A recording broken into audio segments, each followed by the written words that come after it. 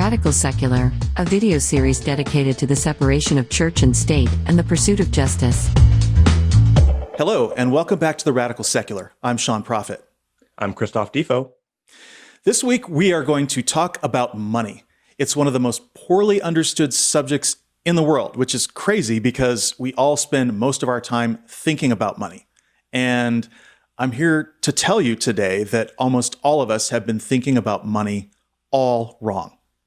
So get ready to have your mind literally blown. That's not hype. We're going to be discussing something that you might have heard about, which has been bubbling under the surface for a few years now. It's called modern monetary theory. Sometimes this is abbreviated as MMT, and it changes everything. It's a paradigm shift that you simply can't imagine if you haven't already experienced it. I promise you that after you finish watching or listening to this show, you will never think about money or debt or government or taxes the same way again. This is so revolutionary that it's just going to blow your mind. So if a government is not taking advantage of MMT, it's literally stuck in another century. So buckle up and let's take this ride of revelation, because that's really what it's going to be today. No lie. For sure. Normally we open our show with a news segment, but this week we're going to skip that because modern monetary theory is just too important a subject and we need all the time that we have. I promise you that what we're about to talk about is going to be much more useful to you than absolutely any of this nonsense shit show that happened in the news this past week with the senators and congressmen objecting to the election and all. It's just like, it's fucking nuts. Fucking clown show. Totally. So, but before we dive in, I want to remind you to make sure and subscribe to this podcast. Hit the big red button on YouTube. We're available on all the major podcast channels. Christoph and I really enjoy bringing you the best content we can every week. We don't do any advertising. So if you like what you're hearing, follow us on social media, leave us a good rating, write a review of our show, shout about us from the housetops. It's the only way we get new listeners. Please don't hesitate to email us with any notes or suggestions because we love hearing from you. Email us at theradicalsecular@gmail.com. Follow us on Instagram at @radical_secular. Follow us on Twitter at Radical Secular. Please subscribe to our YouTube channel, podcasts at Apple, Google, Spotify, and Stitcher. All right, let's talk about t-shirts. My t-shirt today is the Social Democracy Rose, but with a fist. Super awesome. I love that it combines that sort of the imagery. It's got like, it looks like a fist, right? The fist is where the petals would be. And then you have sort of like the rest of the rose at the bottom. And I really love that, the combination of those images, Sean. Yeah. What do you got on today? Yeah. So I am wearing a motorcycle shirt. This is a retread shirt. Oldie but goodie. Just like the bike. Exactly. Just a Norton bike. We were talking before the show. I am up to my eyeballs in dual sport motorcycles right now. I really want to get into enduro riding. I've been riding a long time, but I don't have a lot of dirt experience. And I'm going to try to find a reasonably priced, probably like a DRZ 400, Suzuki DRZ 400. Small engine, but again, plenty of dirt, tractor factor on the dirt. So anyway, it's like swimming around my head. And I was like, what t-shirt will I wear today? And I was like, motorcycle t-shirt. Yeah, well, that sounds great. I miss being on a bike, and I got to maybe do something about that. I haven't had a bike in years now, so maybe it's time to get out of my pandemic hole and get out there. Yeah, and once this is all over, man, I can't wait for us to ride together. Honestly, it's going to be fucking awesome. We've never ridden together, but we will one day when the shit is done hitting the fan, perhaps. We absolutely will. I can't wait either. It's going to be great. Okay, let's get into the meat of our show. This is first we have to ask, what is money, right? Because we all have a story that we tell ourselves about what money is.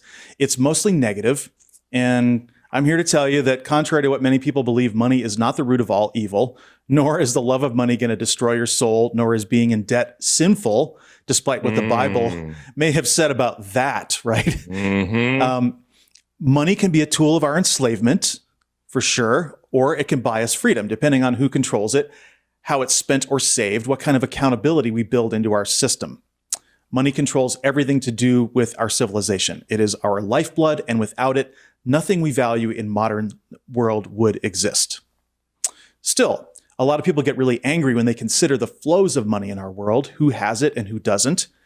They see money, or lack thereof, as the ultimate root of suffering. They rail against what they call debt-based money, or fiat currency. This is really a lot of people pissed off about fiat currency, let me tell you, especially libertarians. Oh, yeah.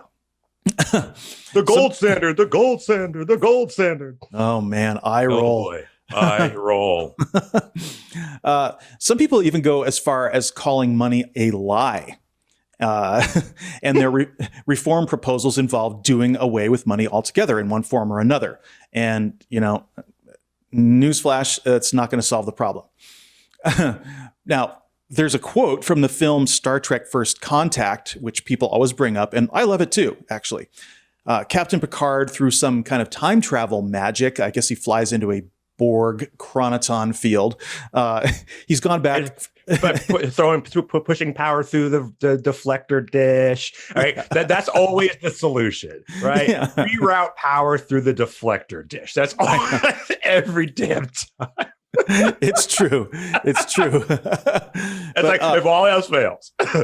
Yeah. So anyway, however they do it, they get back to the 21st century, and that's a time after Earth has just been through a huge world war, and the first contact with the Vulcans is about to happen.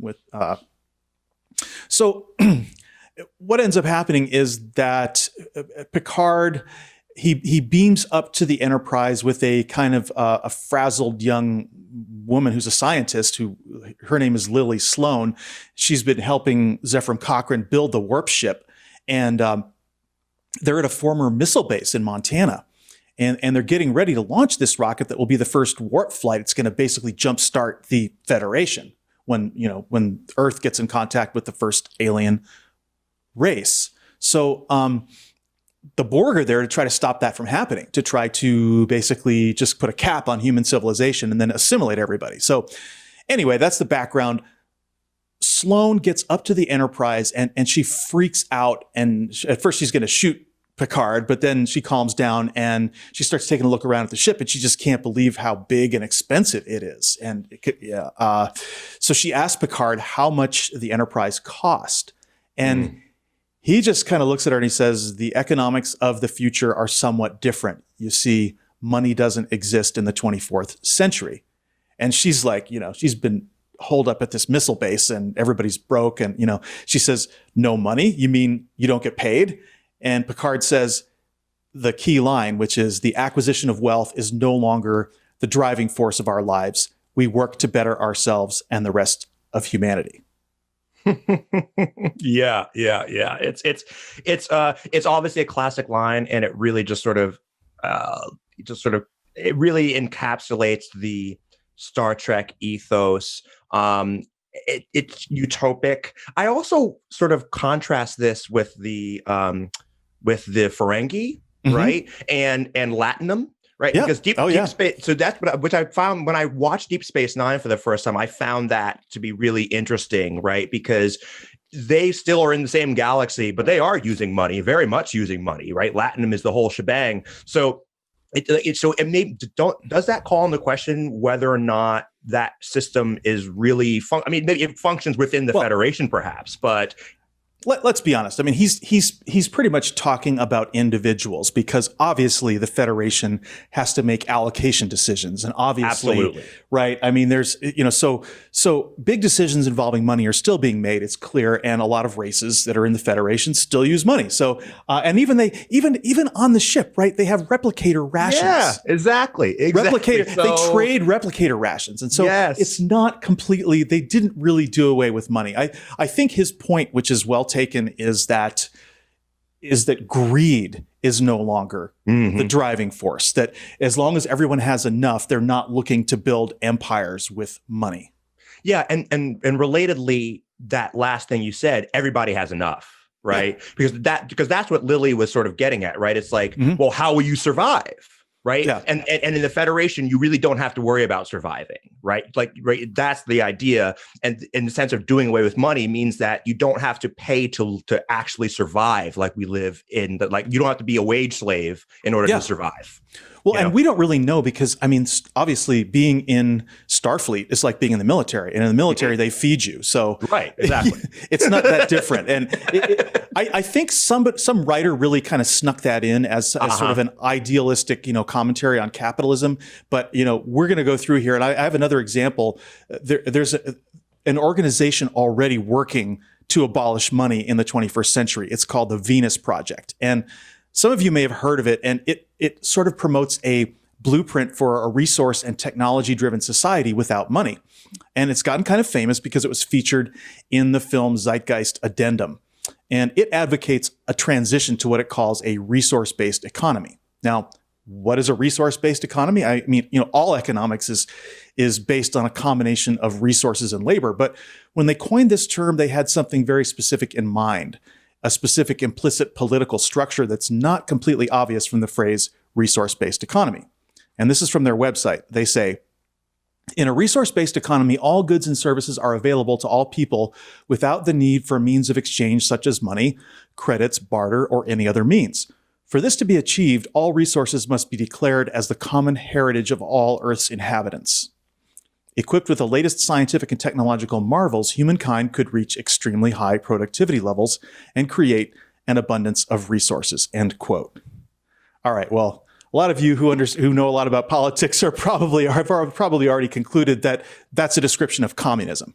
Like textbook, yeah. Textbook. So, and with all the baggage that word entails, it's actually more specifically anarcho-communism. And you can read up on this. There's actually been quite a bit of scholarship on the concept. And I'm here to tell you, it's all bullshit on steroids. Okay. I mean, there's nothing to the idea of anarcho-communism. It's a fantasy. Now, the Venus Project in their literature and videos, they deny they have anything to do with any political ideology, including communism, of course, but that's really disingenuous because communism, even the rebranded sort of technocratic eco-anarcho-communism of the Venus Project is not only an unattainable goal, but it's not even something we should want. Yeah. It throws hundreds of years of understanding of economics, sociology, political science out the window.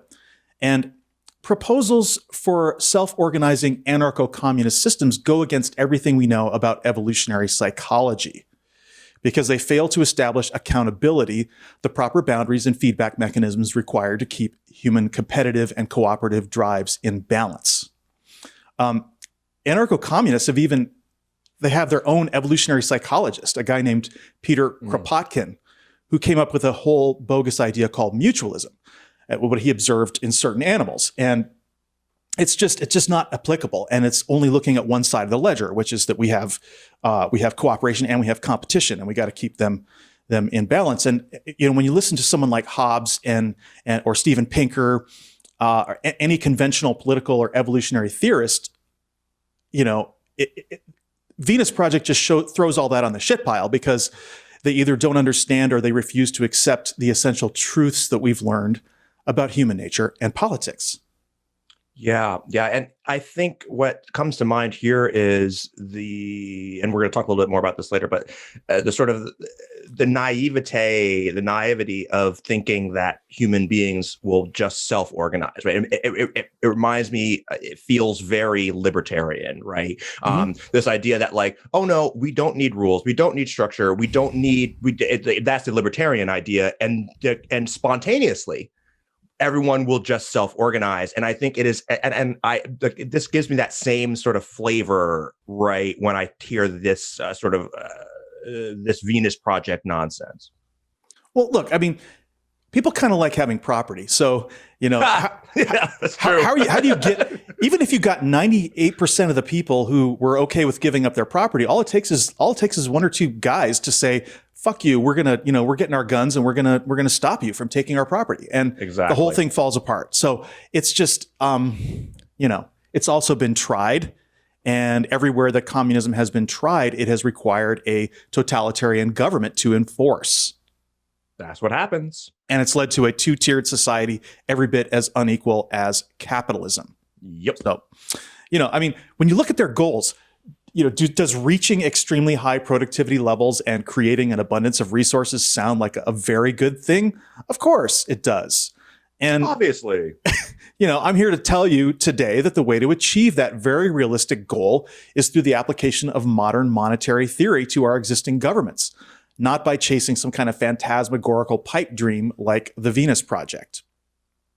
So I have to talk about this because it gets, anytime we talk about economics, anytime there's a conversation anywhere, somebody pipes up with the Venus Project. So we've got to understand why this is not something, why this is not a road we want to go down.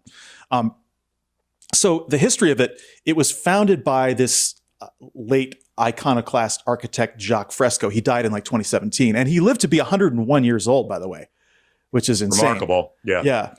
He was born in 1916. So it's nuts. And look, you can really just go a long way, based on dreams and fantasies. It turns out that can really sort of generate life. Maybe he believed his own fantasies so well that he was able to sort of just, manufacture life spirit for himself to make it to 101.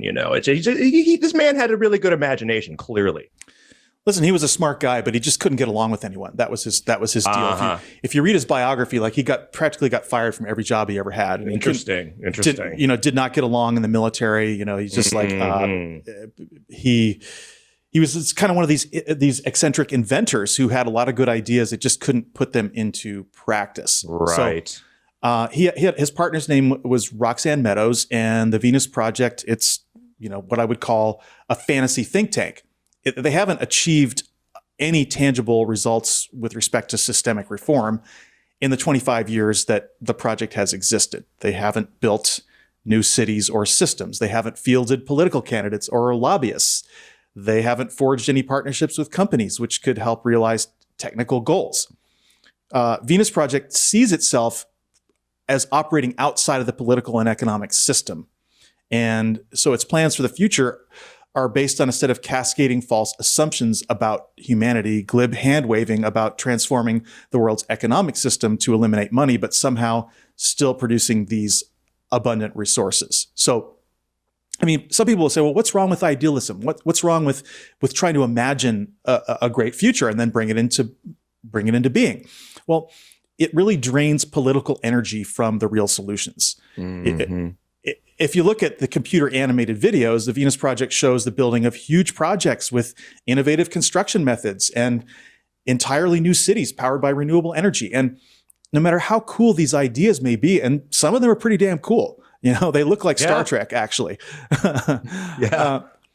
How do they plan to fund these multi-billion-dollar developments? How do you obtain the land? How do you get materials and workers to the construction site? I mean, it's one thing to talk about this stuff, but if you want to transform the world's energy systems, you have to deal with the fossil fuel industry, and they're in charge right now. So they claim that the world is going to share its resources equally, but they talk about peaceful coexistence, but you need to use force to get people who are in power out of power. And Vladimir Putin, are you fucking kidding me? I mean, what, you think he's just going to lay down his arms? He's going to be like, yeah, you know what? That brand new tank we've developed and the fuel that the fossil fuels that power it, and my last grasp of power in this world. Yeah, you know what? I'm going to let it go and let's all share. Yeah. So it's money is power. It's the ability to concentrate power and direct it to where you want it.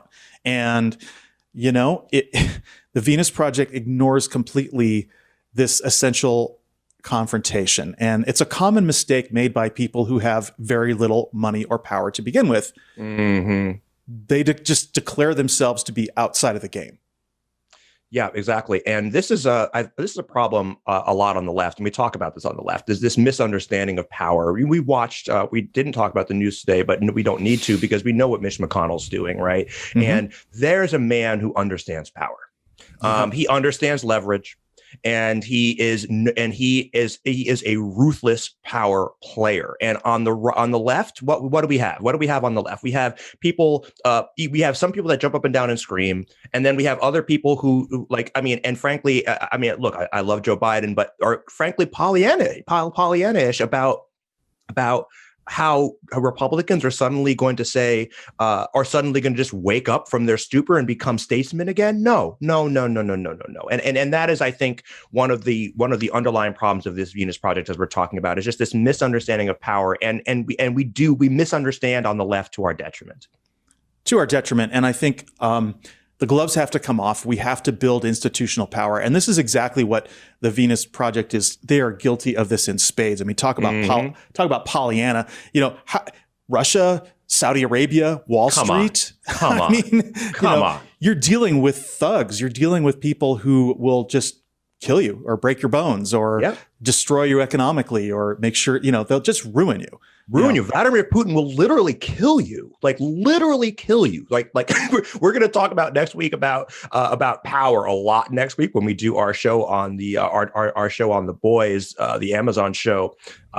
And man, like that show is obviously a cartoonish version of it, but it really is all about power. And that's why I'm really excited to have that conversation. And I think, again, it's something that we really misunderstand on the left.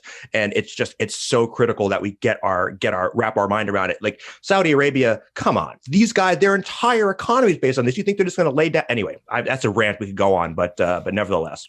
Well, and it's important to talk about it because when you run into these Venus Project people, they are extremely, they're cultish and they're almost like Scientologists in their just zeal for this vision that they have.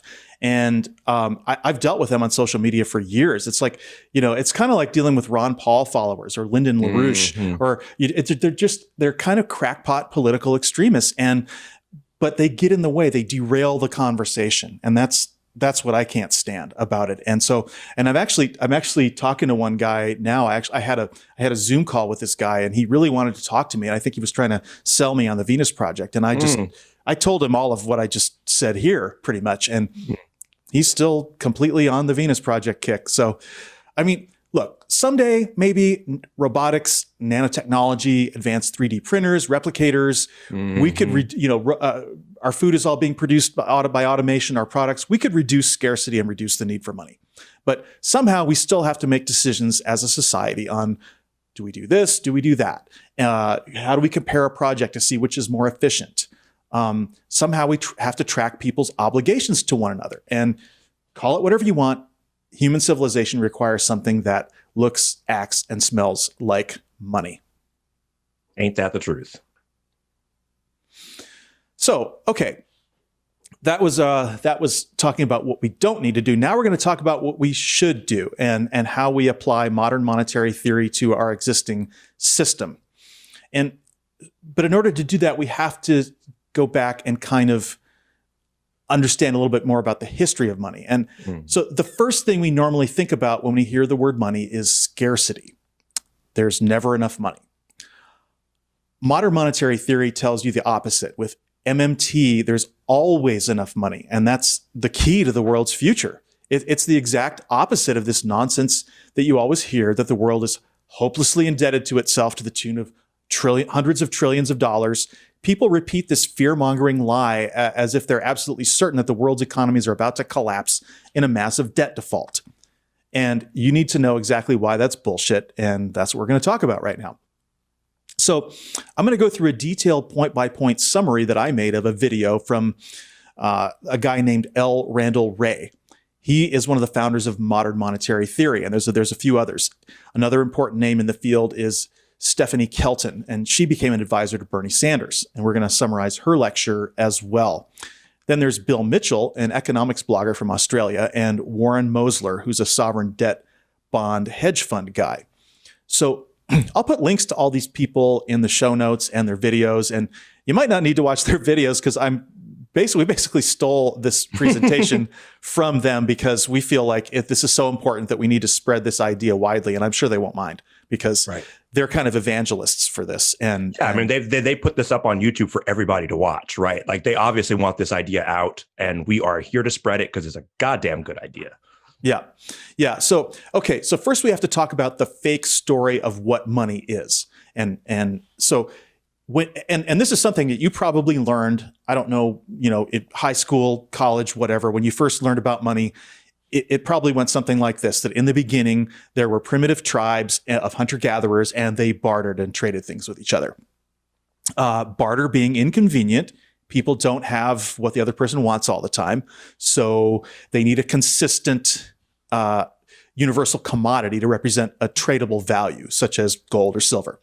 So gold being extremely valuable, anyone who has gold is worried about being robbed. So to keep gold safe, they would deposit it with a goldsmith who had figured out a way to keep it secure. So the goldsmith would give a person a receipt. And then people eventually realized that they could just trade the receipts instead of the gold, leading to paper money. You can probably figure out where this is going from here. The goldsmiths eventually realized that not everybody's going to redeem their receipts at the same time. So they began to issue more receipts than they had gold. And therefore, the goldsmiths became the banks. In this approach, which is called the gold standard, banks have to have a certain amount of gold on deposit compared to how much paper currency they're issuing. And so it's like something like 10%. And there's a money multiplier there that allows them to provide the economy with more liquidity than just the gold itself ever could. And in modern versions of the gold standard, the central bank could exert some control over the money supply by modifying that reserve requirement. And so the central bank would use that to control inflation and keep it at a low, stable rate. And so this is kind of the story that every one of us has learned, I think, that's wrong. Did you hear this story, Christoph? Is this what you were taught? Yeah, it's interesting. I was talking. The answer to that question is, I think yes, because and I think the bigger story here is that it's intuitive, right? Mm-hmm. I think that is the more that whether or not I was taught that explicitly, it's certainly as I read it, I'm like, yeah, right. I mean, that's what I kind of always thought. And it was interesting. I was talking to Lindsay about this before the show. And I told her that same story, and she was like, "Yeah, mm-hmm. Because it's very intuitive. It seems like it should have been that way, right? Mm-hmm. And somewhere we're taught that. I don't know when we're taught it, but we're taught it. So yes, it really does resonate with me, and that's why I was so shocked to know that it's completely wrong." Completely false. And so in this false view, right, what does money become? It becomes a medium of exchange. It's a stand-in commodity for other goods. Mm-hmm. And a lot of people immediately think gold or silver, but we don't use either of those anymore. We use paper or electronic money. And so we still have to kind of think about, well, how does money get into the economy? Where do firms get the money to pay their employees? From sales, right? And where do consumers get the money to buy products? From their paychecks. It's a circular argument, though, because where did the money come from? And there's no story that we've ever been told about how money got into the economy in the first place, mm-hmm. except this false gold standard story. So to improve the bad story, we add banks, of course, and we think, okay, banks lend money into existence, or they lend money to firms. Firms pay consumers. Consumers buy from the firms, put some of their money into the banks who loan it back to a firm. But it's the same infinite circle. So where did the money come from? And so we have to also think about gold is valuable in its own right, okay? So mining gold doesn't really create money. Money shouldn't be a commodity since it has to represent the value of all commodities, including gold, right? I mean, the price of gold fluctuates, right? So something else has to represent gold. And there's not enough gold in the world also to balance out the value of everything else that's not gold, right? So, I mean, does this drive you nuts? This always bothered me about the gold standard. Yeah. And this is what I was talking about at the top of the show, like earlier in the show, is like, this gold standard, it's like this sort of pipe dream. It reminds me of these folks who think that the 50s was some sort of idyllic time, right? It's like there was some time in the past, some mystical, it's like sort of like almost like a quasi noble savage narrative, right? When money was real. When money was real, back when things were, everything was solid and like, and again, complete fucking bullshit and a pipe dream. And just one of these things that conservatives and particularly libertarians can hang their hat on and say like, oh, right, there was some time in the past when things were idyllic. That's like the constant refrain. So yes, this sort of thing just drives me fucking nuts. Yeah. And so in their presentation, they now go through what we really know about money. What's the real story and what's wrong with the fake money story? Okay, so I found this so fascinating, so fascinating. it is. Again, this is the mind blowing part, and that is there is no actual evidence of any real barter economies. Which is just what? Like what? That was the narrative we've been told since the beginning. Like Native Americans with knives and beads and, and cavemen with, rocks and sticks. It's like, oh, of course, it was always barter. But it's like, wait a second, there's no evidence for that? That's just a made up idea? That's just a theory at best? Well, it's not to say that people didn't exchange goods, because they did. Of course. But an economy being based on that, barter, exactly. that's what never happened. And so this is from David Graeber's book. He's the same guy who wrote Bullshit Jobs, and he wrote his more famous book actually is Debt: The First 5,000 Years. And so essentially what we find out here is that money predates markets. It was mind blown. It was not invented as a medium of exchange for existing barter markets. In fact, money is as old as writing. And the oldest documents ever discovered were ledgers to keep track of money. So, prior to modern computers, no single commodity has ever served the function of money. And the other thing that this is the part that makes libertarians' heads explode is that governmental authorities have always been involved in the creation of money. There was no money creation to speak of in primitive societies. They did create primitive valuables such as beads or special stones that they all recognized voluntarily, but those weren't money as we think of it today. There was no central issuing authority, and that's the key to modern money. We'll talk more about that in a second. But money usually historically had no intrinsic value. This is in spite of the insistence of people who want the gold standard. The gold standard has never been required in most of the world's money systems dating back thousands of years. So this is mind-blowing. It's another one of these sacred cows that just has to be thrown on the ash heap of history. So what is money based on? It's actually based on trust. It's trust that everyone will accept the value of this currency or whatever it is. It's an intersubjective agreement that's part of the social contract.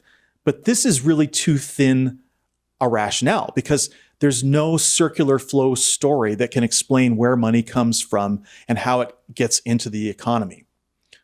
Contrary to this false money story, what has actual archaeology and anthropology discovered about money?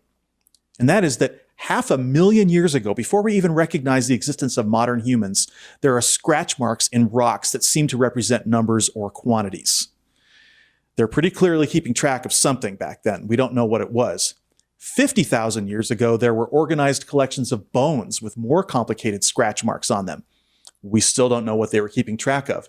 But 5,000 years ago, we find cuneiform tablets, which we absolutely can now read. We've decoded their language, and we know for certain that the writing on them is keeping track of money and debts. So, and this is something else I didn't know, is that tally sticks that are made of wood with hash marks on them were used to track money in Europe up until 1919. Tally sticks. Crazy. 1919, wow. Most European monarchies spent money and collected their taxes using tally sticks.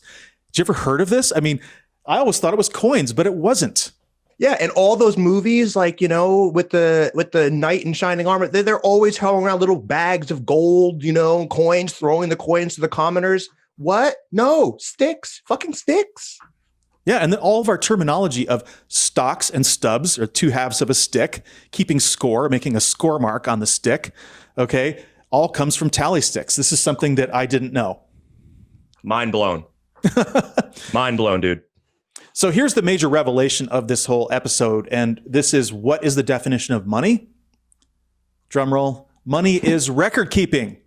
Right. That's it. That's all it is. It's record keeping. It's a representation of the value of goods and services. Turns out when a currency issuing authority, such as a government, is involved, the records are the money. Today we use computers, and money is entirely made of electrons at this point. And This was first kind of talked about by a guy named George Friedrich Knapp, who wrote in 1905 in his book, State Theory of Money, that money is a creature of law rather than a commodity. And that's really fascinating. And law is really fundamentally a creature of agreement, right? Basically, as we say, like, all right, we agree. It's based in. Or let me back up, right? It's based in this idea of, right. We talk about evolutionary psychology a lot on this show, and this idea of we as human beings have like an inherent sense of fairness, right? In terms of this person did X, Y to me, and I owe them for me, I owe them X, Y, and Z for them, and it's not financial, right? But it's sort of like, in terms of how we interact with each other socially, we know when we owe each other something, right? And and this system basically, essentially that, right? But now it's become tangible. What we've done is we've taken that sort of psychological process and put it onto a fucking stick, right? But the concept is the same. And I think, I think that's a really interesting idea, and it goes along with some of the other things that we as a society just take and agree on. Time, for example, right? We talk about New Year's, right? New Year's and various holidays. We just say, all right, this day we are all going to change our clocks. What? But then again, there's no objective anything there. It's just an agreement, and I think that's what's really, really super interesting about this new way of thinking about the development of money. Yeah, and speaking of evolutionary psychology, there's this whole idea of Dunbar's number, right? Which is the number of people that you can keep track of, and part of that keeping track has to do with who owes what to whom, right? If you don't have money, you have to keep track of it in your head, and when it gets above like 150 people, it's really, really hard to keep track of, which is why they came up with the bones or the tally sticks or the marks and rocks. Okay, and this is really interesting because this guy named Phil Grierson at the University of Cambridge, he speculated that the first money came out of the ancient tribal practice of vergild, which is a blood price levied if someone was killed or injured by someone else. It was wrapped up with the justice system in those days. Fascinating. So you have to pay a fine to the victim's family, and the fines could be paid in assets such as livestock. And this was done to stop blood feuds from developing. Because, right, I mean, there was no real strong central authority. They weren't locking people up in jails. So they had to agree on whatever the punishment was going to be so that they wouldn't be killing each other. And this is sort of a big foundation of something I want to talk about in another show, which is called restorative justice. That was the first, exactly what came to mind, like right away. Right? It all falls into place when you start understanding the idea, vergild, that's the beginning of justice. And it involves money. So anyway, so after vergild, which was tribal, when you started to see the rise of states and agriculture and things like that, the state-based ancient money was based on the weight of grain. And the ratio of the value of the weight of money to grain was set by the authorities as a matter of law and posted in these ancient Sumerian and Babylonian temples. So the shekel as a coin, which that's still Israel's money today, right? It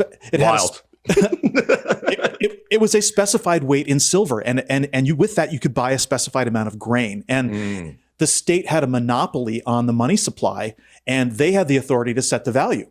And this right there is the key to understanding modern monetary theory. The government sets the value. They issue the currency. They set the value.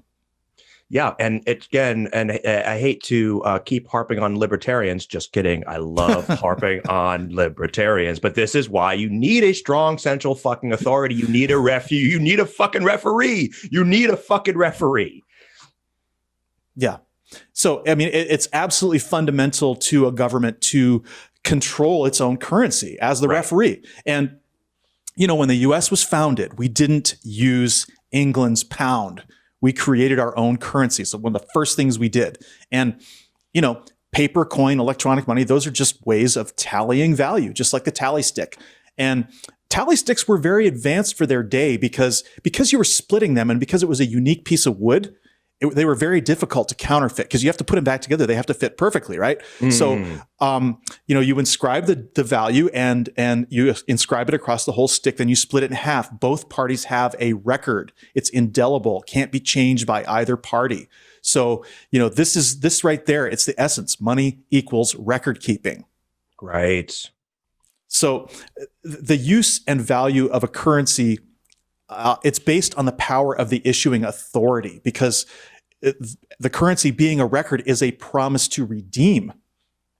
Yeah. And the key definition for this purpose is there is no intrinsic value, and there shouldn't be any intrinsic value. It's not a commodity. It's a record of the value rather than the value itself. Such a different way of thinking about money, man. Like it's so, and it resolves the conflict between the idea of going to a completely digital, financial system. Because I think that there's an idea for people that are like, yeah, but there's nothing tangible there. But it's like, no, but it doesn't have to be. There's the money itself doesn't have any real value, and like it's just a piece of paper at the end of the day. And I think it's really interesting. We'll talk about this later. How governments will have to take some of that money out of circulation and literally just burn it, right? So we'll talk more about that. But I just think it's fucking fascinating. Yeah, well, it is, and so the key is again the control, right? That you can't allow people to counterfeit money, because that's creating a false record. So a currency note or a bank ledger or whatever is. It has to be sacrosanct. You can't allow that to be faked, otherwise it all breaks down. So it all ties back to this authority, this governmental authority of the government saying this is money, this is not money.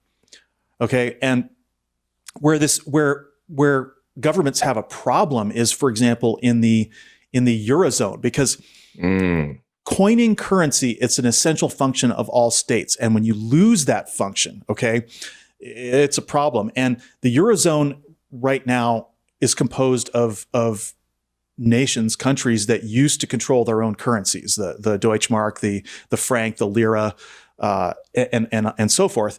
And now they all use the euro. And guess what? That is controlled by the European Central Bank. So these sovereign nations that used to control their own currencies are in a lot of trouble, because they can no longer. And we'll talk about why they're in trouble and why that's a bad thing. And if you actually think about it, it's very similar to U.S. states. They have to basically keep their budgets in balance. They lack the power to print their own money, and they can issue a limited amount of bonds. But if they issue too many bonds, their credit rating goes down. You'll notice the U.S. credit rating is not going down. It stays sterling all the time, because it is the issuing currency authority. So, yeah, I mean, it's just, it creates a problem, and you'll see how in the US, for example, you have some states subsidizing other states because their economies are stronger. And, if the states had currency printing power, it would allow states to be more in control of their own destiny. They're essentially, who controls the currency controls the government. Right. I wonder what the outcome is if we say, okay, by the way, states, now you can print your own money. I mean, now you just have a bunch of different countries, right? Isn't that the problem, right? I mean, or problem or good. I mean, again, I'm not taking a position here. I'm just saying, because we are going to make the analogy later about how this country is not a household, and the budget shouldn't be thought of that way. Right. But I wonder, is there value in having, say, the U.S. states, New Jersey, for example, like print its own money? I don't know. I wonder. Well, I think it's tough in the U.S. because the U.S. is so much more tightly integrated than Europe. The U.S. has been one nation for the entire time, 250 years, close to. And so this is new with Europe, and they haven't sorted it all out yet. I think that over time, probably these nations will reassert themselves, and either they'll leave the euro or they will get concessions from the European Central Bank. That's kind of, in much the same way that U.S. states, kind of subsidize each other. They send money to the federal government and then they get something back. And some kind of thing like that is gonna have to resolve this Eurozone crisis problem. Yeah, each state, as I always say, every single week, I've been reading Du Bois, and there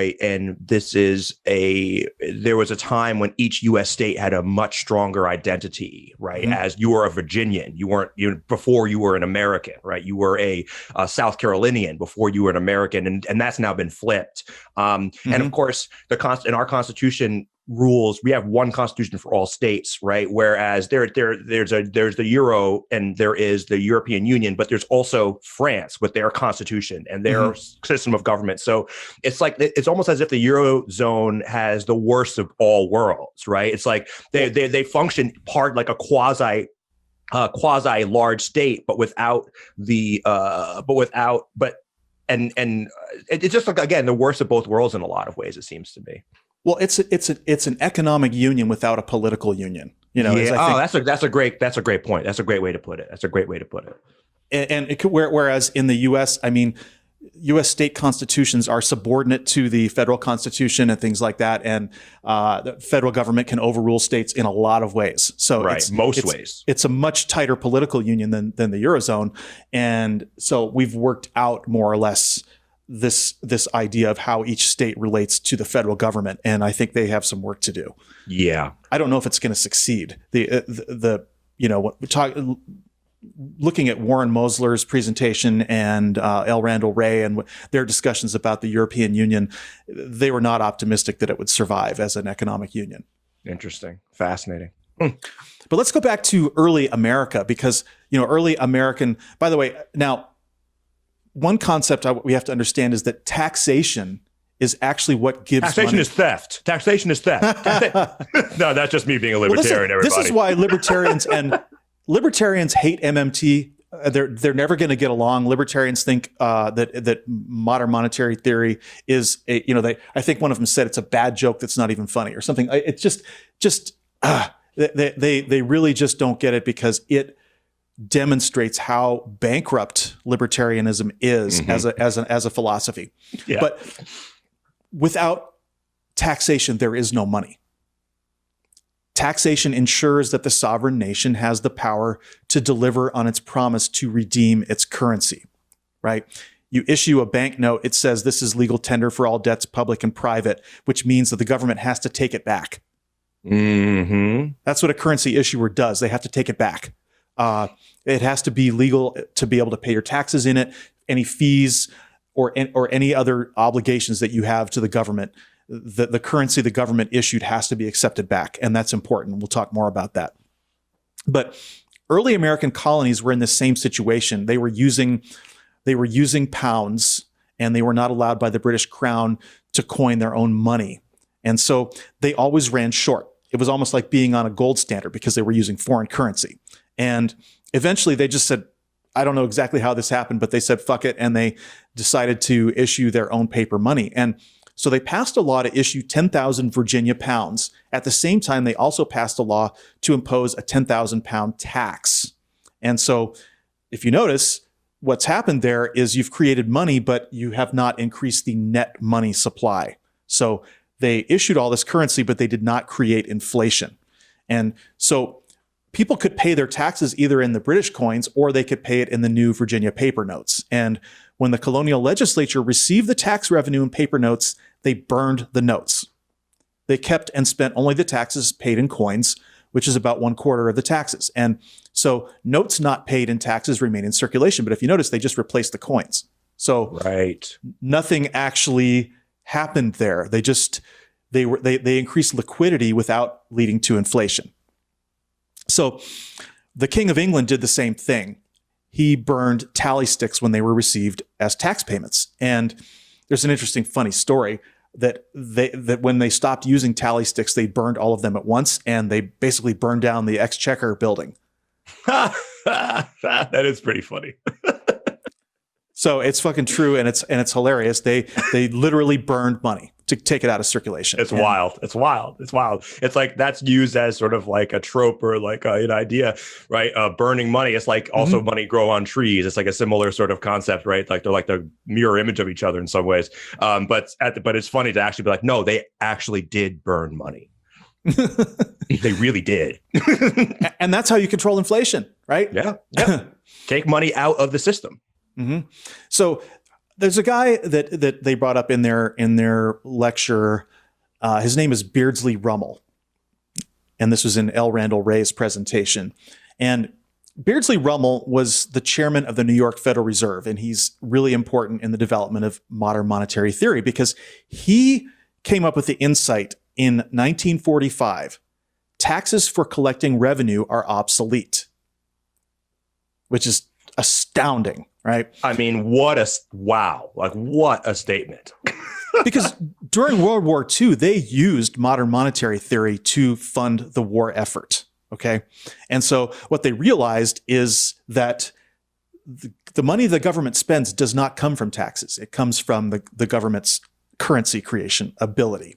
And so what Beardsley Rummel said was that the purpose of taxes was to fight inflation, taking money out of circulation, and to change people's behavior. Very, very important.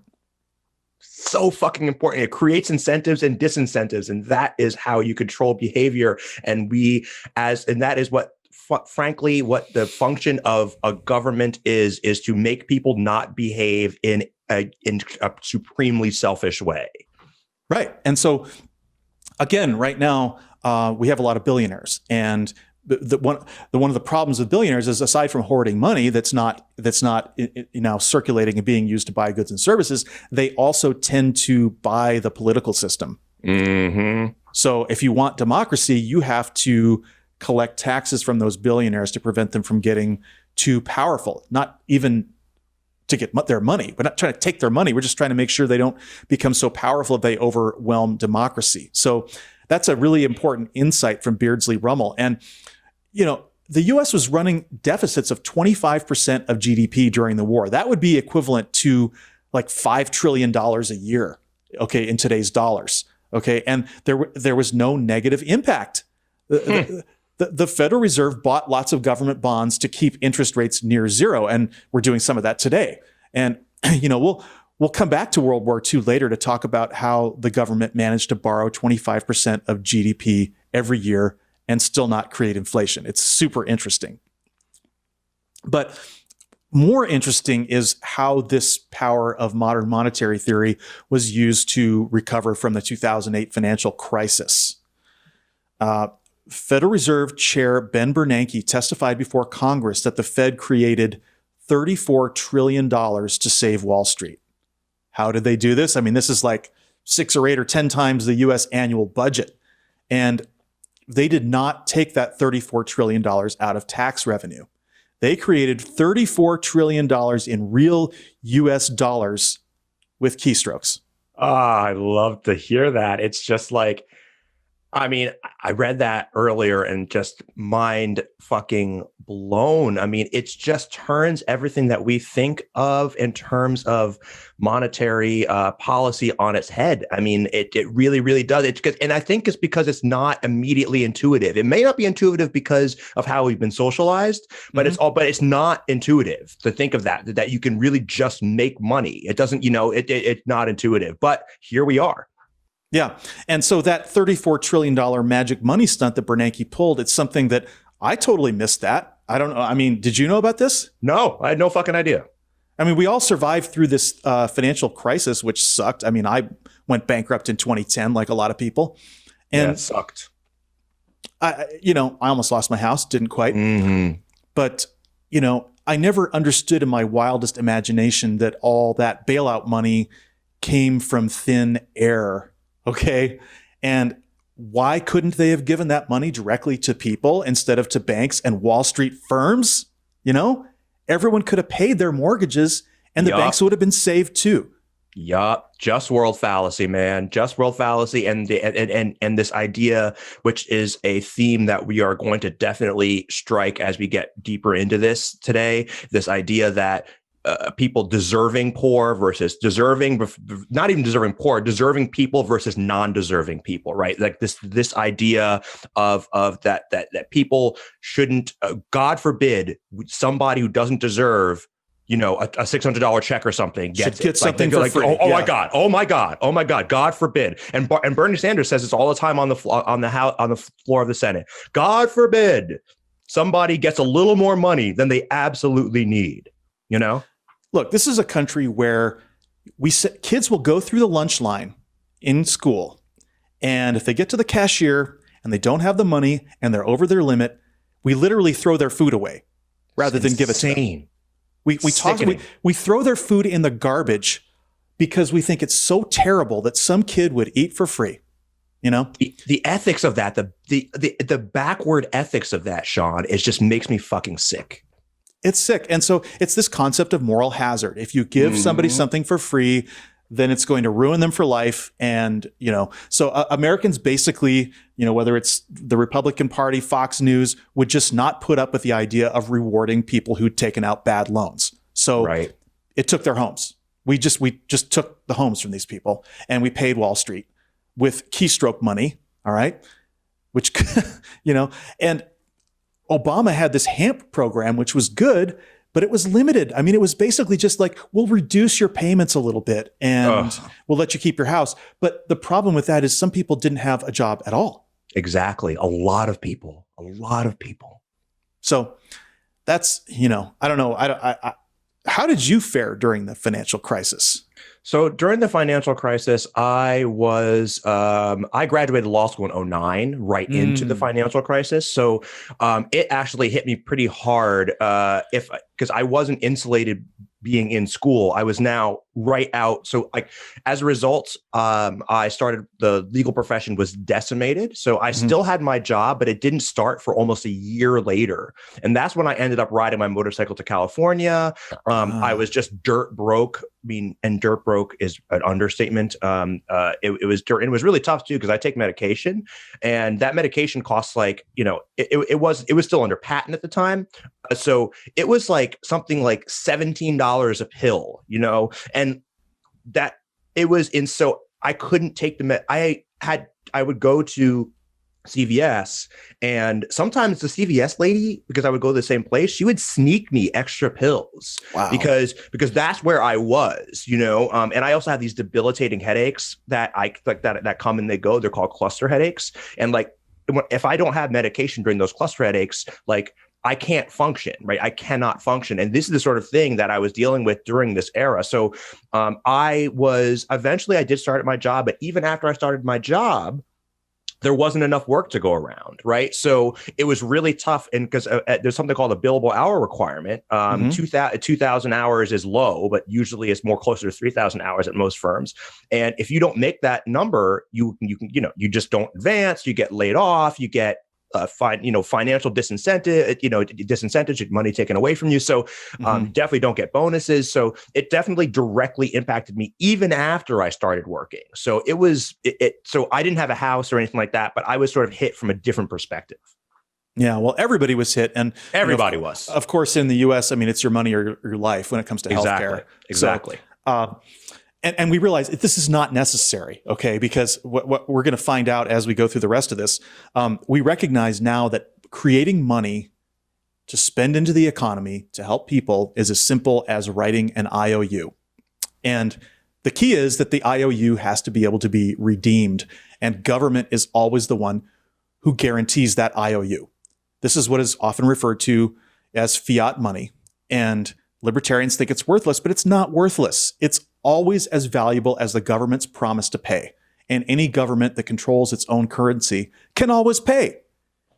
They pass a law to basically will new money into existence. And this idea makes libertarians and deficit hawks heads explode, because they want to see governments constrained when it comes to the money supply, because they wish that control could somehow be in private hands. But it can't.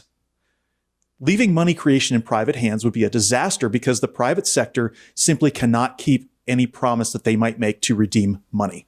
We've seen it all the time. The SNL crisis, we've seen, bankruptcies, stock frauds, everything else like that. If we let people, and be issuers of currency, it would be just utter chaos. So this is something that always has to be a government monopoly. And that is why the full faith and credit of the U.S. government means something very special, which is the sole ability to create money.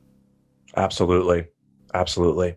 And, I'm always reminded, as we're talking about this in the libertarian perspective, I am reminded, as I have been, I go back to Du Bois all the time, every single week, because, in the Southern planter economy, you really had a system that was essentially a libertarian paradise, right? Is that basically all of the people who issued value, who basically, if you were a worker, and you want it to work. There was there was no guarantee of anything by the government. It was all controlled by wealthy landowners. And that is essentially, and everyone is just essentially a serf. Everyone else is a serf. And you basically have to beg to even be able to work at these places, right? And that is the sort of endpoint of libertarianism. And this is what happens when you don't have a strong central government that can ideally guarantee jobs, but also be able to create a safety net, right? To be able to give people education, and more than anything else, to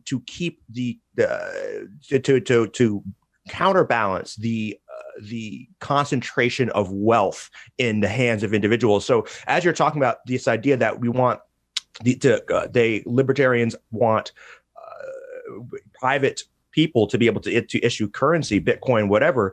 That is the end outcome of that, right? Is this sort of a system, essentially a plantation system or a fiefdoms type system?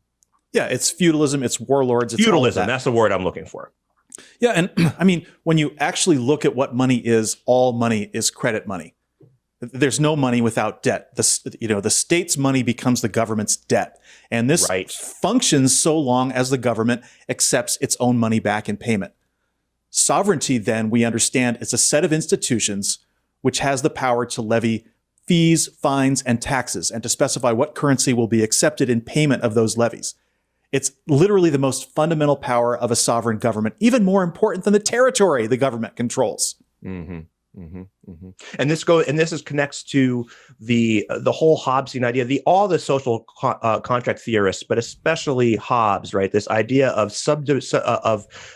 subordinating oneself to the Leviathan, right? And you can do that we do that with the money. We do that with the right of power, of physical power and retribution and all that, right? We abdicate our power to do that to a sovereign because you cannot run a civilization if you any other way. There's no other way. Yeah, and so it's really interesting. There's another part of this that is, I think, what underpins libertarians' ideas about debt, and that is that debt as a sin of some kind. And I think this is so fundamental, dude. I think this is so fucking fundamental, and this is so the radical secular. Like this is our shit right here. This is what we are. We rail about. This is why we're frankly fucking angry all the time. Exactly. Because of shit like this. Shit like this. Most religions, particularly Islam in the modern world, Christians seems to have evolved past this, but Islam bans the charging of interest. And without interest, money doesn't work. So, it just doesn't. And so these religions, they tend to be hostile to debtors and creditors. And they label both debtors and creditors as sinners. And it's kind of a paradox because the temples were the ones who were the original debtors and creditors in the issuance of money. I guess they probably didn't want the competition. They didn't want anybody else to be a debtor or creditor because they wanted to control that business. And this is how the concept of redemption of money came to be associated with its opposite, which is sin. Sin and redemption, because remember, money predates religion. So the very concepts of sin and redemption came from the process of money creation through debt, sin, and redemption, repayment. So repaying a debt is still referred to this day as a redemption. So issuance of debt by government in the form of sovereign money comes first before redemption, involving the collection of taxes. It's exactly the opposite of how most people think this works. The government does not collect taxes and then spend the money. It collects taxes to redeem the money that it's already issued. And this is just like, wow, Just like, wow, man. Like, it's the whole tax and spend liberal trope, no, actually, that's not how it works. And I think just more generally, this idea of once I read this, the idea of money as sin and that connection and debt as sin and that connection is so obvious now that I see it. But it's like, wow. I mean, and it just goes to show how, and it all ties into how this ends up becoming a moral issue, right? And then you can look at just world fallacy issue, where it's like, oh, if you're poor, and you're in debt. That is You're you're a moral, there's something morally wrong with you, right? Those things are very connected. And I think that you cannot talk about how the entire world runs, but especially how American conservatives look at this without talking about this issue. It's fascinating. Well, think about the divine right of kings, right? Kings were the wealthiest.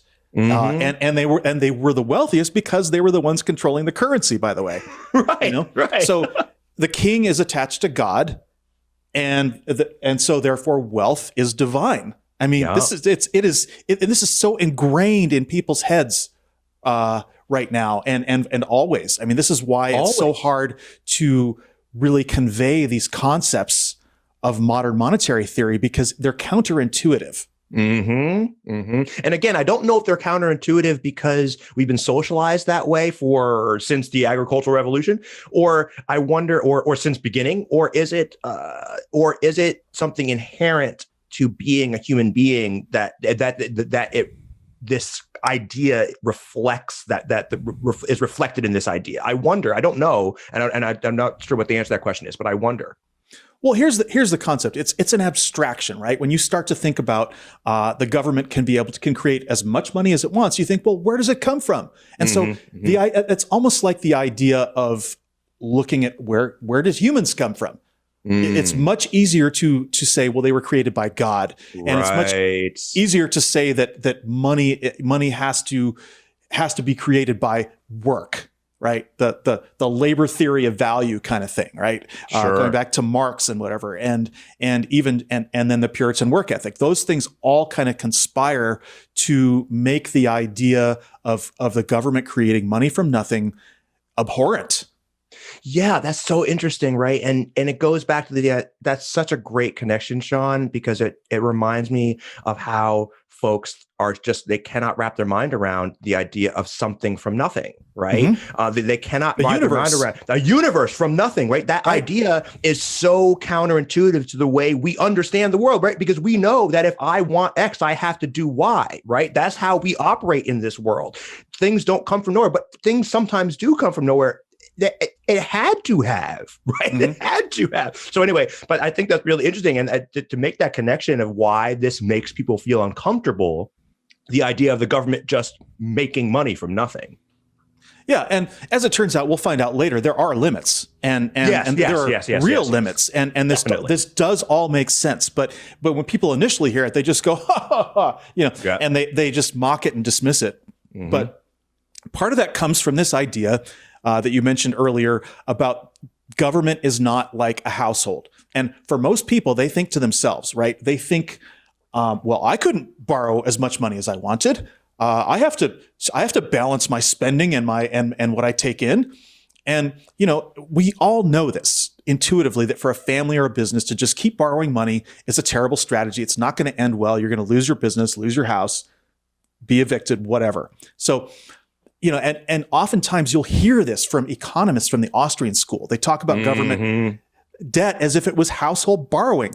In one of the videos that I watched for this, there was an Austrian school economist named Dr. Robert Murphy, and he was debating Warren Mosler, and he actually compared government deficit spending to a householder surviving by robbing liquor stores.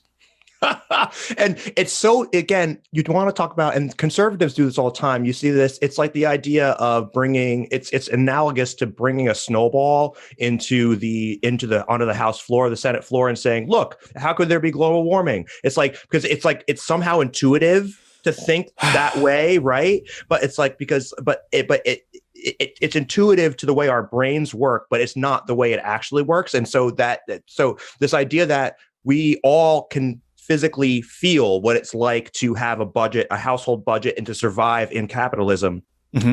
So we can, and so that is how we think of how the government works too, but that is not how a sovereign government works. And that is something that also blew my mind a little bit as I read this, even though I don't tend to think of the government that way. To see it concretely explained and talked about, I think is really useful and important. Yeah, well, and look, this guy, Dr. Robert Murphy, he's a fucking PhD, okay? There is no way that he doesn't understand this. So it's just disingenuous. Disingenuous. So, And he knows, and everyone knows, okay, we have to understand that there's a difference between issuers and users of currency.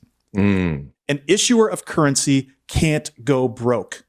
They don't need to steal anything from anyone because they have the singular power of a government that it literally cannot run out of money.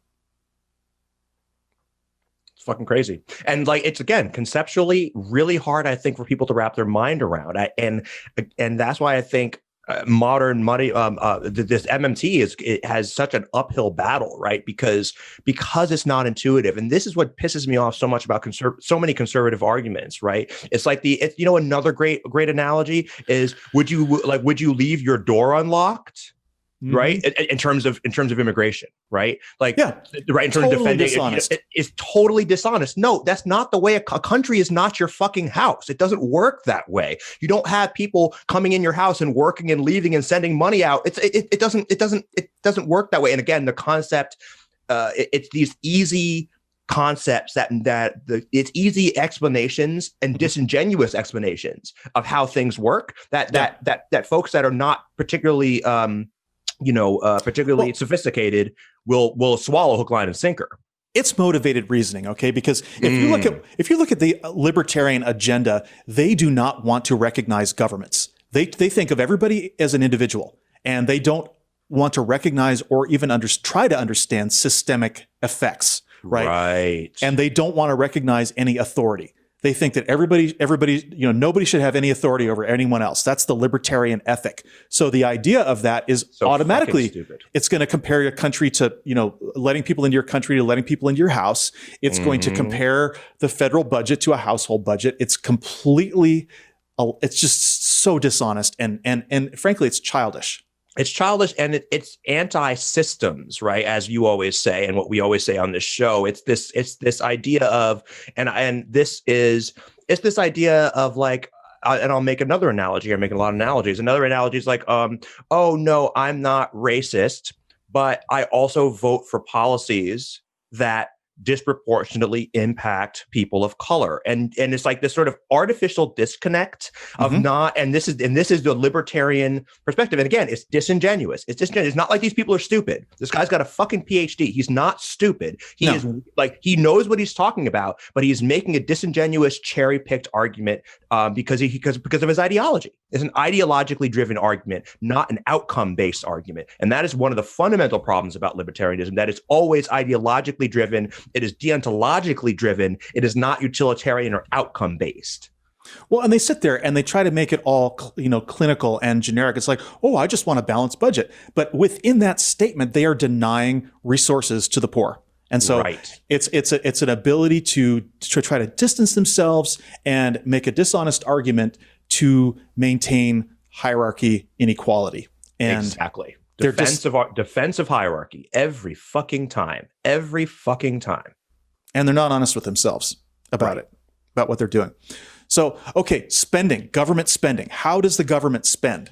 It does not spend any paper money into existence. The only time paper money enters the system is when you go to the ATM. Okay, government spending is all electronic. All they do is they transfer money to and from banks and various accounts at the Federal Reserve. A government that controls its own currency can never go bankrupt. It can pay any amount of interest on its bonds through keystrokes. No money needs to be taken out of tax revenue to pay the interest on the debt. And that's fascinating. Fascinating. Now, here's where the constraint comes in. This is where we understand that this is not just an open-ended, wild system of printing money as much as you want. Right. This goes into this is the disingenuous thing too. Another disingenuous, right? Because this would be the argument from the right. What, you can just print money? You can just make as much money as you want? No, we're not fucking saying that. Stop it. Yeah. I mean, what it is that, if you print too much money, you're printing more currency than you have resources. Okay. And that is the constraint. Your constraint in the economy is the total available resources, both material and personnel, and inflation. Once you've hired everyone, once you're at 0% unemployment and you have already contracted for all the resources available in the economy, now you can't, if you print one more dollar, that creates inflation because now you've got people engaging in bidding wars to buy goods that are all spoken for and to hire people who are all, so then you get upward pressure, inflationary pressures. But, Okay. What that means is the government can always afford to buy 100% of everything for sale. If there are people unemployed, the government can always afford to hire them. Right? Now, there are political constraints. Mm-hmm. After the financial crisis in 2008, Obama could not spend enough to get to full employment because congressional Republicans would not allow it. They claimed that if we did that, we would have to borrow the money from China or that the spending would create hyperinflation, but this was all completely false. So I'll get a bit more into this later, into the China question with regard to debt, but what we need to understand is that the sole purpose of fiscal conservatism is to maintain wealth for the wealthy and to create austerity for the rest of us by scaring people into thinking that if we spend too much, we will go bankrupt. And we know bankruptcy is impossible for any nation with the power to issue its own currency. The government can't run out of money if it manages it properly and keeps the budgets in balance with the available resources. This is real budget balancing, folks. Don't issue more currency than you have resources. There you go. There you go. And I hate to keep hitting the same, the same, playing the same record over and over again, man. But this is what is so disingenuous coming out of the right. We talk about this on the show all the time. We are going to do a series in the future where we're going to talk a lot about sort of just get back to like the real current seed kernels of conservatism and why we on this show take the position that it is nothing but defense of hierarchy and power. But that's exactly what this is. That's you just read. You just said exactly what the entire conservative movement is. You can dress it up however you want. You can talk about individual freedoms. That's the libertarian approach to it. You can talk to it about in terms of morals, which is how the religious right talks about it. But it's always the fucking same. And that is, we have a small group of people that has a disproportionate amount of power and influence and money. And therefore, we want to defend that at all costs. And we'll come up with any justification for that. Any justification. And any justification. We have to look at what the opportunity cost of this really is. So what is the cost of not fully implementing modern monetary theory? And it is the lost opportunity of spare economic capacity. And right now today in the US, we know that there are a ton of people out of work. And there's a ton of companies that have shut down and are not producing what they could be producing because of lack of demand. So we know that there's sufficient, what that's called is resource slack. And we could dramatically increase government spending by creating money with keystrokes, okay, and using it to put people to work. And the old thinking about this was that the unemployment rate should stay above 6%. But what you're doing with that is you're essentially giving all the power to the corporations, right? Because the more people who are looking for work, the more you can grind them down on wages and everything else. So we actually in the most recent economy before COVID, we had years of unemployment rates closer to 3.5 or 4%. And but what that doesn't count is that there are people who are out of the labor force permanently, something like 12 or 15 million people, even before COVID. They would take a full-time job if it were offered to them. So a jobs guarantee program, it would offer a federal job to anyone who wanted to work at, say, $15 an hour. And the criticism of this is that private employers wouldn't be able to compete with $15 an hour. Well, if you phase in the job guarantee along with a higher minimum wage at the same time, then you don't have that problem, right? Exactly. So MMT, it doesn't say anything about universal basic income, although certainly knowing that the government could create as much money as needed could go a long way toward answering the how are we going to pay for it question of the objections to UBI. So we're going to try to find someone in the future, because this isn't the last time we're going to talk about modern monetary theory, folks. This is we're going to be on about this, from now on, because it's such a revolutionary idea. We need to put together modern monetary theory with universal basic income, because if you look at where the technology is taking us, and we are going to see shrinking demand for labor going forward. So for right now, the best thing that we could hope for would be a federal jobs guarantee. It's a lot easier politically to sell that than to pay people for sitting around doing nothing. And so if we did have a federal jobs guarantee, more employment, it means more people getting paychecks, which creates higher consumer demand, leading to economic growth. And this is the same policy that a standard Keynesian demand side economics, which has been proven to work over and over again, while the Austrian school supply side austerity has been proven to be an abject failure for at least 50 years. It's only benefited the wealthy, and it has stifled the consumer economy. Yeah, it's completely ideological. The entire it's trickle down economics, right? It's a combination of that and austerity. And I want to just jump back to the federal jobs guarantee. I think that is such a fucking good idea for the reasons that you said, both because it's mainly because it's politically feasible, right? And what you're doing is it's kind of like phasing in universal healthcare via Obamacare, which is not the best way to do. Obamacare is obviously not the best way to do universal healthcare, but it's palatable, right? Because it's palatable to people who are slow to change and don't like change. In the same way, you can do this with a federal jobs guarantee, because then you're not attacking people's obsession with the Puritan work ethic and sort of their moral hazard objections. And so, but you're still saying, like, look, don't you think everybody should be working? So, right, of course, that's your entire philosophy, right? You love work. You think there's value in work. So here's a fucking job. And by the way, now you don't have to go through the suffering of not being able to find a job. And I think that, and also another way you can sell this is the way that it puts pressure on corporations, because people don't like big corporations typically. Like Joe Schmo doesn't like big corporations, right? They hate them, in fact. So you're like, look, this will pressure. The same thing with the public option, by the way, in Obamacare. It's the same thing. You're pressuring private industries to make changes by government action, which interestingly loops right back to taxation. Well, they're not going to look. The bootlickers always come out in these situations because even though a lot of people don't like corporations, you'll have people defending them and saying, "Well, if corporations have to pay higher wages, that's going to cost us higher prices, and so it doesn't do any good to do that." And so there are plenty of people who are carrying water for the corporations and the capitalists. Oh yeah. There's no shortage of those guys. There's no shortage of those guys. It's it's like it's really the "don't tread on me" snake, but actually it's the snake is licking a boot, to be honest. Exactly. Ugh, gross. Well, so okay, let's go back. Let's go back a little bit to first principles and why. Okay, this whole idea about the barter system and all of that it really resists the doing the right thing and getting to a place of full employment and maximum economic growth. And we see that Republicans have generally been okay with using monetary policy, which is setting interest rates and controlling the money supply, but it's really weak. I mean, you can lower interest rates to zero and it won't help an economy that is starved of spending. It's like pushing on. We're seeing that right now, right? We're seeing that right now. Like, interest rates have been so low for years, and there's only so much you can tool around with that in a way that's useful.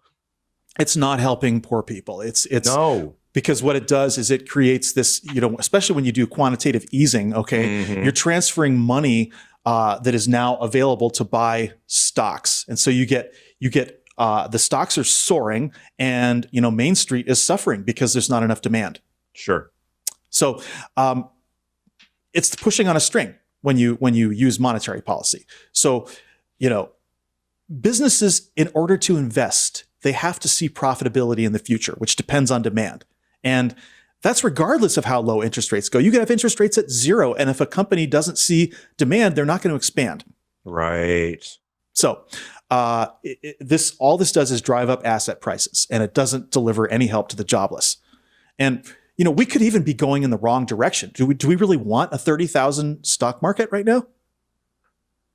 Who's that helping? It's too much. You see the situation where during COVID, when the economic activity is down, 20, 30%, that suddenly these billionaires have gotten, trillions of dollars richer in the same year. Why? Okay, this is bad monetary policy. Now, but if we used spending and taxes, we stimulate demand and fiscal policy. This is what that's called. Taxes and spending. Fiscal policy works. And we're unable to use that tool because Republicans block it. So what we ideally would, if we wanted to comply with modern monetary theory, we would create what's called automatic stabilizers. And because discretion in terms of the economy, it takes time. If the Federal Reserve Board can't do it by itself, if it requires Congress, it ain't getting done. Nope. And sometimes it might, if there's a change in administration, you might actually be able to do some things to fix the economy. But if you don't have both houses of Congress, you have divided government, then you don't get action. So we want automatic stabilizers built into the system that are independent of politics. And what are some of those things? Well, the job guarantee is an automatic stabilizer, because when unemployment goes up, you automatically spend money to hire those people. Mm-hmm. Instead of just giving them temporary unemployment that runs out, you just give them a job. And then when the economy develops again, you start cutting back on the number of federal jobs and people go back to the private sector. It's really fucking simple. Yeah. So, progressive income taxes are another automatic stabilizer, because what that means is that as you make more money, your rates go up. So the government tax collections are helping to buffer the inflation of an economic expansion. It all makes perfect sense. But again, Republicans get in the way and block this stuff every time. Yeah, every time. And I'm going to keep making this point, and that is, it gets back to this moral hazard question and moral hazard question, just these ideas of deserving people versus non-deserving people, and this idea that, and this lie, frankly, that there is nothing that government can do well, and that at any time that you try to mess with the market or you try to control the economy, that you will have unintended outcomes or bad outcomes. And there is some truth to that, I guess. But the bottom line is that all of that is just a vehicle for maintaining the status quo, right? I mean, it's always the same argument: defense of hierarchy, defense of power, defense of minority rule. It's always the same fucking thing, repackaged, different language for different eras, but it's always the same. Yeah, and of course there can be unintended consequences, right? Of course there can be. You can overcorrect. It's like if you're steering a car, you could overcorrect and then crash, but you try not to do that. And you get better at it over time, right? You get better at it with practice, right? You get better at it. In fact, in terms of driving cars, we develop an entire manual to learn, so people learn how to drive a car properly and not make those kinds of mistakes. Certainly, those mistakes still happen all the time, but we're able to correct for them. And you can do the same thing, right? Over time you develop a stable of knowledge and experience, right? And you're able to sort of work with this and sort of do these course corrections in a way that is useful and helpful. It doesn't have to be the Wild West. No, and you don't stop people from driving cars because somebody could possibly overcorrect, right? Right, exactly. So it's a false choice, right? It doesn't have to be that way. No, I mean, and what it comes down to is that one party just doesn't want the nation to be successful when you get right down to it. Exactly. It's and we've seen this. Every time a Republican gets in office, we end up with an economic disaster at the end of it. Always, every goddamn time. So I want to go back again to, and we're going to keep, this is all very repetitive because we can't say these things enough. Mm-hmm. And this is another angle about money always involving debt. There can't be debt-free money because government issuance of currency always comes with a promise to take back the currency as payment. What I already mentioned, a paper note says this is legal tender for all debts, public and private. Therefore, Bitcoin can never be money. Nope. What is Bitcoin? It's like a stock, okay? It's essentially a stock that's freely trading on the market, but it's a company that doesn't have a product. The government does not accept Bitcoin as payment. You have to convert your Bitcoin to dollars to pay your taxes on Bitcoin. So yeah. Bitcoin also tries to function as a commodity in the sense that it's convertible to dollars by other people who want to buy Bitcoin, but the value is completely floating on the market, just like a stock or commodity. And sure, unlike a stock, there's no price earnings ratio because Bitcoin doesn't produce anything. So, and unlike a commodity, if you have gold or oil or pork bellies, if you can't sell it, you could at least consume it. Right, exactly. You can't do shit with your Bitcoin. You can't. It's just, it's useless. Like it's electronic money, just like government electronic money, but you can't redeem it. So yeah, This is why the modern monetary guys, by the way, I mean, they just hate Bitcoin because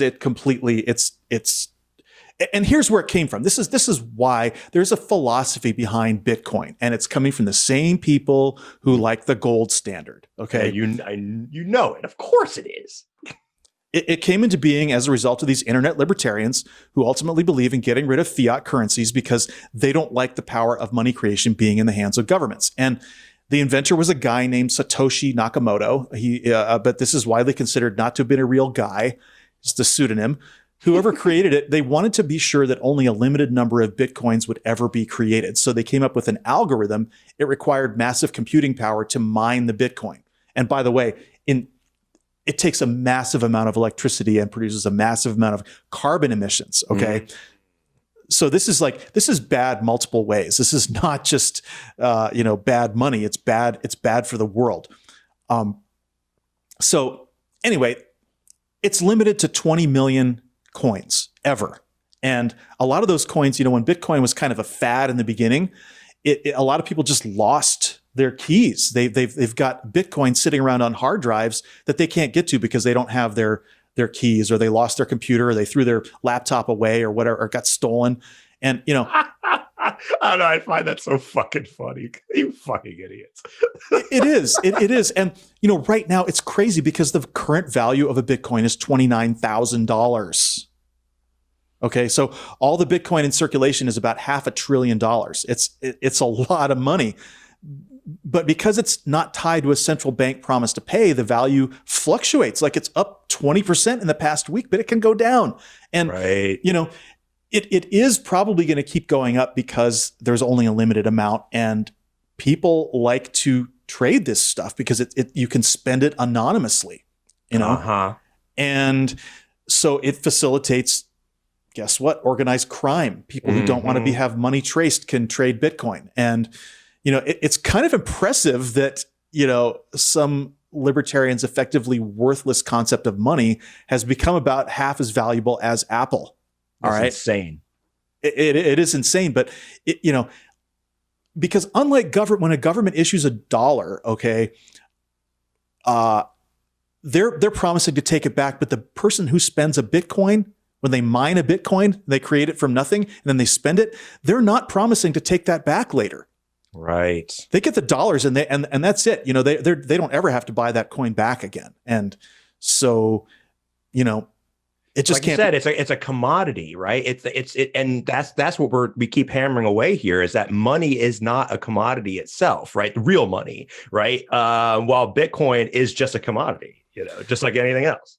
Yeah, it is. And so it can't ever be money. And what's interesting is that cryptocurrencies probably do have a major future in terms of central bank money, because there's something called blockchain that cryptocurrencies use, which is that every transaction is kept track of in a long chain. And so there's a permanent record of every transaction that's ever occurred with that currency.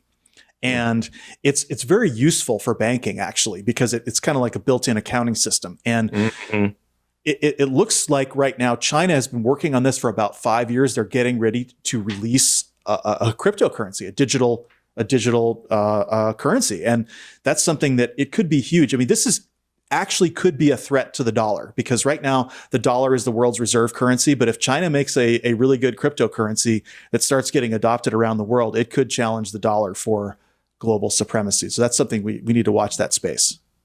Yeah, for sure. And this is one of these things that, I think it's asymmetric warfare on the sense of China, right? Like I spent the last a day or two watching this show about tanks. This is neither here nor there, but it's absolutely fascinating, the evolution of tanks and over the course of the 20th century, et cetera. But the bottom line is that there was a question going into the 21st century, whether it even makes sense to have tanks anymore, right? Mhm. And because in urban warfare, you can really defeat a tank with an RPG because a tank can't maneuver, right? It can't maneuver fast enough in that environment, right? It can't, and tanks, and a lot of times, what I thought was fascinating, a tank round needs something like a 1,000 or maybe like 200 meters or 300 meters before it arms, right? So if there's a tank that's like, you turn a corner and oh shit, there's a tank, your round that can't even the round that might be an armor defeating round won't detonate in time. It'll just bounce off the tank. So anyway, that's neither here nor there. My point was that the asymmetric warfare element of this, and that is that like China knows that you can't go toe to toe, right, with the United States, and it's not desirable to even, but you can still because of our connection to China, but you can definitely sort of take over the global be the global superpower slowly this way. Cryptocurrency, being the coming out with a different vaccine, right? That can go, that might be cheaper, and that can go into Africa, right? They've invested heavily in Africa, infrastructure in Africa. They're like, look, we'll come and take your diamonds. We'll build you a dam and everything you want, roads, highways, but we're going to take your diamonds, right? This is the way China gets to chip away in a way that the Soviet Union and tried to go toe to toe and lost with the United States. China is a little more savvy in this way. That's a little bit something scary for us to think about. China has like 8 times as many people as the Soviet Union. They have about 5 times as many people as we do, and they are fucking smart. They've been doing this they've been doing this civilization thing about 4,000 years, and we are so out maneuvered by them, and every time, especially if we don't use modern monetary theory. Modern monetary theory can make us competitive with China, but every year that goes by where we don't use this, we don't invest in full employment and maximizing our opportunity in the economy, we're just falling further and further behind. Yep. So now I want to say one more time that this is a hard constraint. The capacity of the economy is a hard constraint on spending. And so, you can't spend without limit. You have to have a well-considered budget as well. You can't spend money on the wrong things. Are you giving the money to fat cats? Are you spending it on fossil fuel subsidies? There's lots of things that the government could spend money on that are actually counterproductive. So this is not just a matter of opening the checkbook. This needs good, sound, technocratic management. And here's how it works. Let's go back to the World War II thing and discuss how the U.S. managed being able to borrow that much money without inflation. And what it basically means is that the government has to impose limits on what the private sector can do. If it wants to spend, to shift all of its production, like it did, 50% of GDP went toward the war effort in World War II. And if you want to do that, you're going to have to curtail some private sector activity. And so, what they did, for example, is there was rationing coupons. You can only buy so many products. They stopped selling new cars. There were no new cars produced in the U.S. during World War II. And they on February 22nd, 1942, they basically just said, nope, we're shifting all these car factories over to building tanks and planes. And that was the Defense Production Act. So by doing that, they curtailed private consumption. And so that is how you borrow a ton of money and don't have inflation. You have to curtail private consumption. Now, again, right-wingers hate this because they're like, I want to go be able to buy a new truck. You can't. If you have a national crisis, you have to sacrifice.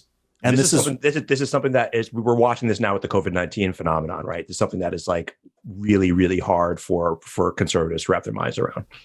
They can't. And, so right now we're sitting around, before COVID, we were at like 5 to 10% of GDP in annual deficits. And so we were in deficit spending around $1 to $1.5 trillion range per year, but we still had no inflation. All right. And so this completely blows the Austrian economics out of the water. And furthermore, Republicans are hypocrites because they did this under Trump. They cut taxes on the wealthy and they engaged in $1 trillion to $1.5 trillion per year deficits. And these are supposedly these deficit hawk Republicans. I mean, they just suck.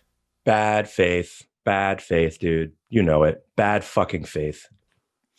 Yeah. So, I mean, and our next big challenge, other than COVID, is, by the way, for COVID, we should have been sending everybody $2,000 checks every month. Yep. From the beginning. From the beginning. Had we done that, our economy would be in great shape right now. We might not have a 30 trillion or 30,000 stock market, but we would have full employment. Exactly. Okay. So we know why this was done. It's all done to preserve wealth and income inequality. But so looking at after COVID, our next big challenge is the Green New Deal and climate change. Mm-hmm. And we can fix the climate for about 5% of GDP.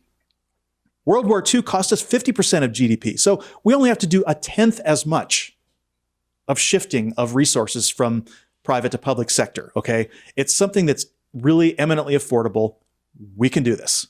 But now, Republicans, there's cry screaming that this is just socialism and it's going to destroy America. I want to do a future show on the prospects of the Green New Deal because I think it's really important. Mm-hmm. Definitely. So this gets into the idea of central planning that is the another boogeyman of Austrian economics. They just hate the idea that people just can't do whatever they want, that there would be any government planning. And the point here is that there is no such thing as laissez-faire economics in the real world. Every part of our economy is planned by congressional budgets. It's a question of who's doing the planning, whether or not the planning is for public benefit. We believe that economies should be planned to produce the best outcomes for the people, and that means using government spending to ensure full employment and maximum productivity. Yeah, and again, this goes back to the whole disingenuous thing, right? Because you speak out, Republicans will speak out of, and libertarians, frankly, out of one side of their mouth, talking about central planning is so evil and God forbid, blah, blah, blah. But like, no, the government, like you're saying, the government is absolutely tuned to help some people. It's just a question of who we decide to tune it to help, right? And right now, and historically, it's not been tuned in a way that is equitable at all. And so the lie is that, oh no, we just want laissez-faire, the invisible hand of the market, blah, blah, blah. Like, no, that's a lie. You also vote for for fossil fuel subsidies every fucking year, right? Mm-hmm. The Farm Bill passes every year. The Defense Spending Act pays every year, right? With these with cushy contracts that go out. So please stop that. Just stop it. We can have a debate about how we should plan the economy, but let's not pretend that you don't want to plan the economy. No, it's all, I mean, frankly, all of our current budgets, including under Trump, are just massive socialism, okay? Yes. For the wealthy, for farmers, for the military, for all of the groups that he favors, which ends up, being white people. Absolutely. Every time. Okay, so another giant boogeyman that libertarians always use is hyperinflation. Mm-hmm. It's extremely rare, if not non-existent, in any kind of modern economy.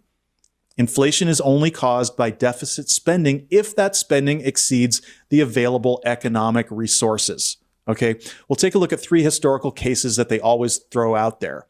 The first one is the Weimar Republic. The Weimar Republic got into hyperinflation because it was forced to pay large war reparations from World War I. And this was, by the way, predicted in advance by John Maynard Keynes at the time, that Germany would not be able to pay that level of war reparations and survive. And the other problem with it is it wasn't paying these war reparations in its own currency. So it had to buy foreign currency, right?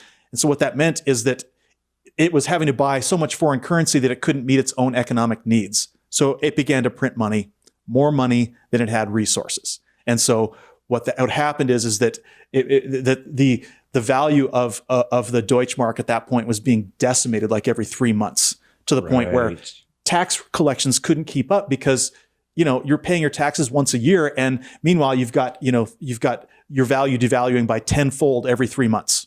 All right. So there's no way to catch up. And their currency collapsed. Then you had Zimbabwe. Zimbabwe undertook a land reform program where it gave land back to black farmers, but they couldn't transition quickly enough. And so their food production collapsed. And again, they were out of resources. They tried to print money to fix the problem. They couldn't create more food, so their currency collapsed. And Venezuela was a similar situation. They had, for a while, they were getting a lot of dollars in exchange for oil. Once their oil industry collapsed, then they could no longer pay their bills, and they had a lot of foreign currency debt. And it was just like the Weimar Republic. They needed to get food for their people. They couldn't do it. They tried to print dollars or print their currency, and their currency collapsed. So, all three of these failed the primary modern monetary theory requirement of keeping the money supply in balance with resources. And so that's the only problem and the only thing that leads to hyperinflation. It does not come from deficits. A country has to be desperate in order to suffer hyperinflation. So, other than World War II, the U.S. economy has never been close to 100% capacity. There's always been room to grow by raising employment through spending, and the irrational fear of hyperinflation has created this long history of years, decades of incredible lost opportunity, and that's the opportunity cost of fiscal conservatism.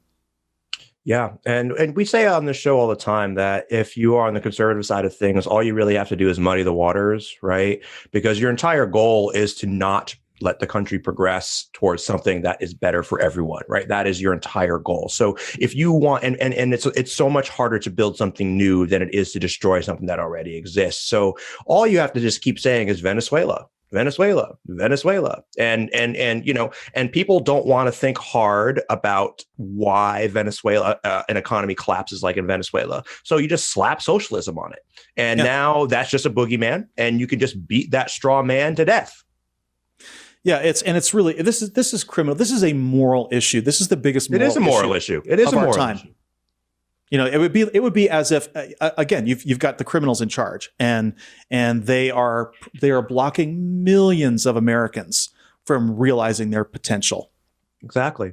And meanwhile, convincing those same Americans that they are somehow winning under this system as it exists now, or even if they're not winning, that there's something, I don't know, that they're doing the right thing, or they're behaving morally, right? Because you think about these people who are dying in hospital beds and still yelling at the with COVID-19 and their own fluids, and still yelling at the nurses and saying, COVID-19 is not real, right? These are the people that are dying and don't have health insurance, but refuse Obamacare. So it's like this idea that, like, no, even if I'm suffering, and this is a very religious thing, right? There's something holy about the fact that I'm suffering, nobility, because I'm sticking to to some sort of abstract principle. Yeah, and it's really the conflict that really started out our whole show, is talking about deontology versus utilitarianism. Exactly. That's like at the core of it in a lot of ways. So there's an international component to modern monetary theory, and that is the idea that there's a relationship between your government deficit and your trade deficit. And we have to talk about this because of the this huge boogeyman that's been made by Trump about China and about our trade deficits. And what a trade deficit means is that some of the money that the government has issued has left the country. It can no longer be spent within the country to purchase goods or services or add to price inflation. It can also never be reclaimed by the government in the form of taxation. So this means that so long as there is spare capacity in the economy, the government can spend more money domestically than it could if there was no trade deficit without triggering inflation. Does that make sense? It makes sense to me. You've shipped, X number of trillions of dollars over to China, so you have less money in our economy now, right? So if you're running that kind of trade deficit, the government needs to create more money, inject it into the economy. China, on the other hand, can run a balanced budget because its economy is already running flat out for export, and it has a huge trade surplus with the US and with the rest of the world, right? So it's already at full employment. It doesn't need to run budget deficits. Okay. A nation like the US, though, has this sizable trade deficit. And so it's very interesting that if we were to reduce our trade deficit, it would actually hurt us, okay? Right. Because if we started suddenly bringing manufacturing back it would cost us a lot more to make those products because of our higher labor and materials costs, right? So it would be inflationary, and it would take us a long time to dig out of that hole. And so trade with China is a really good thing because we get this amazing source of cheap goods that we've now gotten used to. So people in America, whatever their wages are, they can buy more with their money. And so, and it again frees up the government to be able to put additional money into our economy. Eventually, by the way, if we got to full employment and we spent the money we needed, we might start to erase that trade deficit in a way that wouldn't be harmful.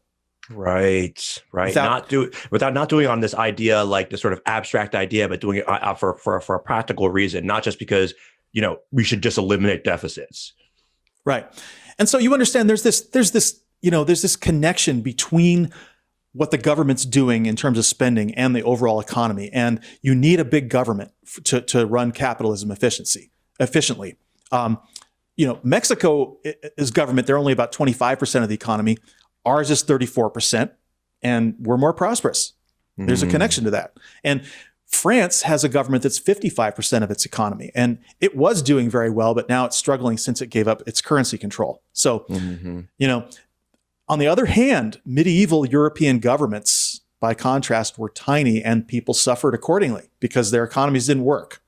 And this is what small government libertarians want to drive us back to, is some kind of medieval feudalism. It's just the inevitable outcome, Right. Like what else happens? I mean, like if there is no government to control the interests of powerful interests, I would talk about Du Bois, but right, the planter economy of the South, the American South, was the quintessential example of it, right? It was essentially it was beyond aristocracy. These people were essentially kings. I mean, they weren't really beholden to the government at all. There really was no central authority within each one of those states. So it was really just each individual. It was a libertarian paradise. And people suffered, Sean. People suffered. People were ignorant. People were desperately poor. I'm not just talking about Black. In a lot of ways, enslaved Africans were better off. At least they had jobs, right? They didn't have freedom. But they had food, they had shelter, they had a job, right? Whereas poor whites in that exact same environment were starving, and they were uneducated. And because if you couldn't get a job on living on a plantation, and why would they want to pay you when they have a free laborer? Free slave, yeah. No, it's true. And if you look at the government of the Confederacy and even their buildings, it was a joke. Okay. A complete fucking joke. They had just no. They were dirt poor. And that's the problem. The South was dirt poor, and so it really couldn't create a large government to compete with the North, and that's why it ultimately lost. Yep. And that's a really great point, right? In just why it is so important to have a powerful central authority, right? If nothing else, it's a backstop, right? It's a safety net. It means that when private individuals fail, private systems collapse, there is something there so that the entire civilization doesn't fall apart. And literally that is what happened in the South. The entire civilization fell apart when one little thing was removed, i.e. the entire, the system of their economy was removed. The entire thing fell apart because there was nothing there as a backstop. And that's setting aside the fucking moral abhorrence of the whole thing. Of slavery, We're talking about purely in terms of economics and government right now. Well, that's even, Du Bois talks about this in that book, is how much slavery was an inferior economic system. Yes, it was a bad system. And that's what's so funny, Sean, because we're talking about a bad system right now, right? But it's a bad system because powerful people are benefiting from that system and they want it to stay that way. It's not because it's what's best or what's most efficient or what's most useful. And we are talking about the system that can get us to a place where we are more efficient, right? We are running a country in a way that benefits everybody. But again, if you are powerful, if you are a Southern planter or you are a modern capitalist, you don't want that. You literally don't want that to happen. You want things to remain unequal and for people to be suffering, right? Yeah. There's a lot of intent and planning in the way that things are today. And we can never forget that. Never forget that. So let's talk about the long-term solvency of programs like Social Security, because it's like, just imagine, okay, if we had everyone's retirement funds invested in the stock market, and then you try to retire like after 2008, right? Right. Jesus. So you need that backstop of government. And the good news is with modern monetary theory is that we will always have that. As long as we have a competent government in charge, we don't need to raise payroll taxes to fully fund Social Security. We don't need to cut benefits. We don't need to raise the retirement age. We don't need to privatize it. We don't need to have this concept of intergenerational warfare where Republicans are telling young people their taxes are going to be raised through the roof because there's too many old people. Mm-hmm. It's all a bunch of fucking nonsense. Yep. Because the government will always have the money to fund Social Security payments, just as it will always have the money to pay its debts. The biggest risk to future retirees is that we won't spend enough now due to political constraints to expand our productive capacity sufficiently so that we can fund people's retirement in the future without creating inflation. Yeah, and so the entire conservative lie there is premised on the idea that we started at the very earlier in the show, and that is that that there is some sort of finite the government operates like a household, right? Like that there is a certain amount of money, and we can only allocate it X, Y, and Z ways. And of course, like we said, there are constraints on that spending, but the lie is that, oh no, we only have so many coins in our bucket, and so therefore we can only allocate X, Y to X to this and Y to that. So bullshit. Yeah, and so this brings me to my next section, which is this is short. We're almost through this, but I think it's important because Stephanie Kelton is the one who actually became Bernie Sanders' advisor, and her premise here, this is really smart. She says deficits save the world. And it's really fucking profound, okay? Oh, I love that. Yeah, I love that, man. That's like poke right in the eye of the libertarian. Because when the economy gets weak, deficits automatically go up because people are paying less taxes. And spending to support the unemployed automatically goes up. So every single time this happens, a lot of economists panic and they start screaming about the deficits. And they often try to take steps immediately to impose austerity just when we need to do the opposite. So we never actually fully used the government's fiscal capacity after the 2008 crisis. There was stimulus, it wasn't nearly enough. We suffered years of unnecessary unemployment and misery, which actually, frankly, increased the frustrations of many Americans, directly led to the election of President Trump. As in Weimar Germany, failure to manage the economy properly can drive people toward desperation and a nation toward fascism. Absolutely. Absolutely. And guess who doesn't care about that? The people at the top of corporations. They're going to make money anyway. They will. Doesn't matter. So if you think about about poverty and desperation being planned, it's like now you have a motive. You drive people into the arms of a demagogue. You drive them crazy. Mm-hmm. People start believing insane things when they're starving. It's crazy. We're watching this in real time, Sean.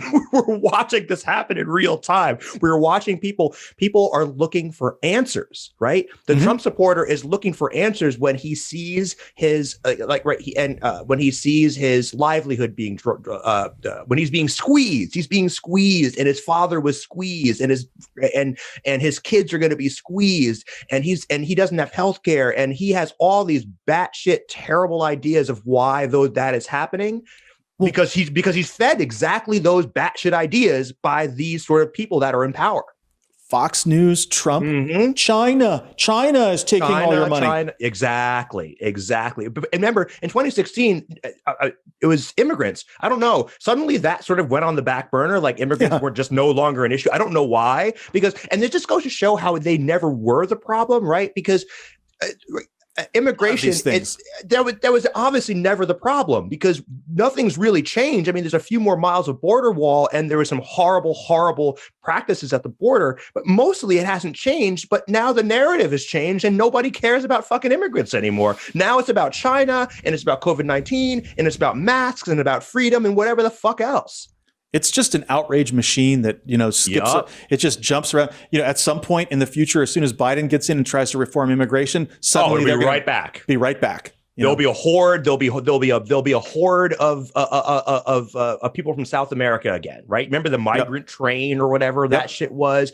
There'll be another one as soon as Biden starts to talk about immigration. Yeah. And so, this is really, we have to take it back again to first principles, because this idea about the danger of deficits, it's deeply entrenched on both the right and the left, unfortunately. They have all sorts of pretexts, but it still goes back to this biblical idea of debt as sin and payment as redemption. And in a way, modern monetary theory's rejection of the morality-based view of money, it's incredibly and radically secular. Fuck yeah. It's right up our alley. So right up our alley, man. Religion even poisons economics. Who knew? Exactly. It really does poison everything. With all due respect to Christopher Hitchens, who we miss every day. Dearly. Okay, so deficit hawks, they want the budget balanced now and always. No matter what's going on, they want a balanced budget, okay? And there's the other camp of deficit doves, who are mostly Democrats. They want to see a Keynesian stimulus only when the economy is weak. So during COVID, yeah, they'll sign on to checks. But in normal times, not even Democrats want to send people free money. No. They want to balance the budget too. And so Stephanie Kelton says she coined a term called deficit owls. They are the third camp. Owls are smarter. They believe fiscal policy should not be a break glass in case of fire solution, only to be used during crises. Fiscal policy should always be oriented toward economic goals, mission-oriented budgets, full employment, etc. So the conversations usually go something like this. We should be doing X for the economy to solve a problem like hunger or climate change or poverty. And the immediate pushback, and you hear this all the time, it makes me ill. How are you going to pay for it?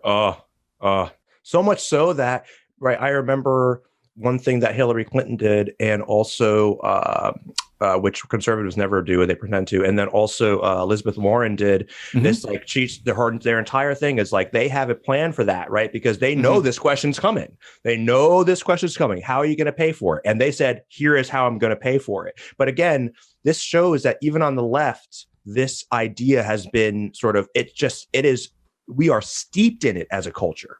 They don't understand modern monetary theory. And I'm going to talk about that a little bit later. But this whole question is it's false. The government does not need to find the money because the government can create as much money as it wants.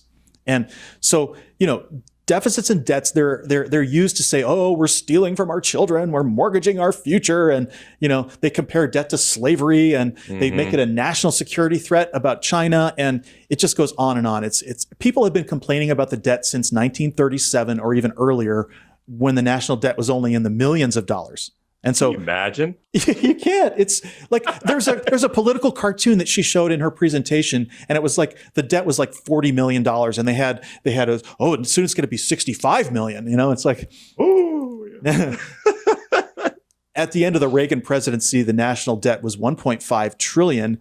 Today, at the end of the Trump presidency, it's $28 trillion. So astonishing. It doesn't matter what the number is, though. The sky is always falling. And there's a word for this that she coined. It's called neganumerophobia. I love that. It's just what it sounds like, the fear of large negative numbers. And so, we need a paradigm shift desperately. Exactly, man. And this is it. I mean, I love new ideas. I love fresh ideas. This new idea is not even new anymore, but it's new in terms of our government and how we think about this. And I'm really glad to see people like Bernie Sanders and AOC taking this stuff very, very seriously, because you're going to have some pretty radical voices, and people like moderate centrists, like a Biden or a Clinton, right, are not. This is not their cup of tea. They haven't yet signed on to this. They don't really understand it. I don't think they understand it. That's right. I think they don't understand it. I mean, I think people are just really steeped in this sort of this very. We've all been steeped in. Before I read this, I was right. Yeah. You know what I'm saying? And so it can really open minds if people are open to it. Well, I can't tell you how many times I've thought to myself, the U.S. is never going to pay off its debt, right? And this is something that, like, and what about interest? The interest, this is always, even by Democrats, they talk about, they say, 40% of our budget is now going to interest. And this terrible thing, like we're going to run out of money, and ultimately we're going to be in a situation where the whole system is going to collapse. And so, but no, No. Here's what we have to say about interest. Large deficits and debt require large interest payments, true, but governments with money creation power can always afford to pay the interest without question. And what is an interest payment anyway? It's a transfer of money from the government to the private sector bondholders. Mm-hmm. Right? That money didn't go away. Right. It still exists. It went to bondholders. Okay. So who are those bondholders? They're you and me. They're companies. They're sovereign wealth funds. They're pension funds. Okay. Mm-hmm. So if interest rates get too high, it's inefficient because the government's paying for the time cost of money rather than goods or services. So modern monetary theory suggests keeping interest rates low so the government has more money to spend into the economy for real things. And so there's no problem with keeping interest rates low. I mean, if you keep them too low, like zero, it can devalue your currency if other central banks in the world are paying higher interest rates on their bonds, right? But, you know, even if you do that, devaluing a currency, it makes your exports more attractive. So there's always pluses and minuses, and it has to be kept in balance. And so there's a sweet spot with interest rates around 2% that modern monetary theory people suggest. So. Yeah, it's interesting. It really is interesting. And what we keep coming back to, it sounds like, is this sort of balancing act, right? And this, like, I think it's really easy to say that, like, you know, we should, like you said, we should never have, like, we should always be working toward a balanced budget. Like these sort of absolutes where really we are talking about a delicate balance. It's like I'll use an analogy of an internal combustion engine, for example, a motorcycle engine, right? There's a bunch of different things that are going on in there, and any one of those things, too much of any one of those things is bad, but there's a harmony that happens there, right? And that's essentially what we're trying to get here, a harmony. And a good mechanic is able to do that in a way that to keep that motor running. And I think the biggest thing we have to address here is the idea that there should be a mechanic at all, right? That's what the conservatives say. No, just let it just run the engine until it runs out of oil, and then we'll deal with it when we get there. You know, that's it. And that's why I say they're living in another century. If you're not taking full advantage of modern monetary theory, you are living in another century. And they are holding us back. I mean, we are in a Dickensian nightmare right now because of not being allowed to tune our engine properly to succeed. So I mean, and if you want to talk about Scrooge, I read somewhere, it's funny, but that, I don't know, Tiny Tim or whoever it was that was, Bob Cratchit. Who's the poor person in Scrooge said they were making 15 somethings per week or whatever. And somebody actually calculated what that would be in modern money. And it's like $27,000 a year, $14 an hour. And so a lot of Americans are further in poverty than even, the story of Scrooge. So and fucking Tiny Tim is fucking beating him out. Yeah. Yeah. Holy shit. Yeah. So okay. Now, here's another boogeyman that comes up. What if China refuses to keep lending us money? Here's why that's not a problem. China, they've oriented their economy around export growth. Everything they're dependent on it now. And so when they ship out exports, they get dollars in return or other currencies. But for American exports, they effectively get a checking account at the U.S. Federal Reserve. Right. That money does them no good sitting there. And they get more of it every year. So what they do with it is they buy U.S. Treasury bonds that pay interest because otherwise the money's just sitting there. Right. And, the reason they can't repatriate their funds without ruining their own currency. They can't. So, and they constantly, these guys are no fools, okay? They are constantly buying and selling dollars to keep their currency exactly where they want it. But they cannot stop buying treasury bonds, and they can't repatriate their money all at once. They'd have to do it slowly over time. Okay, so they're going to keep buying U.S. treasuries. It's simple, So, yeah. And we can service their debt because it's denominated in dollars. Right. We just mark up keystrokes. We can give them as many dollars as we need to service the interest on their debt. And, everybody is happy with the arrangement. Yeah, it's this rejection of this idea. We hear this a lot from conservatives and libertarians, obviously, most specifically, but this rejection of the idea that we're all in a system, right? Mhm. Like we rely on China, but China also relies on us, right? It's a symbiotic relationship, and it's very anti this idea of this sort of isolationist, anti-globalist sort of mantra that we get on the far right, but it really is a denial in the end that we are one big system, an organism, if even, right? The economy, the global economy is a gigantic organism.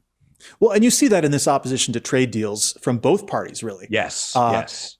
Bernie Sanders famously, by the way. Yeah, and it was one of the worst things he ever did. And stupid, and, so they fucking do stupid. it because they buy into this idea that a lot of American workers have, that the reason why they're out of their jobs and why they're not successful anymore is because their jobs were shipped to China or India. Right. Okay, and it's bullshit. Bullshit. All we would have to do is create enough money in our system, and those people could all have high-paying jobs again. Exactly. And so it's complete misdirection, and it benefits who? The usual suspects. Always the same people. The very wealthy. Mm-hmm. All right. So do we eventually have to pay off this debt? $28 trillion. That's a lot of fucking money. That's over a year's worth of the entire GDP of the country. So do we eventually have to pay this off?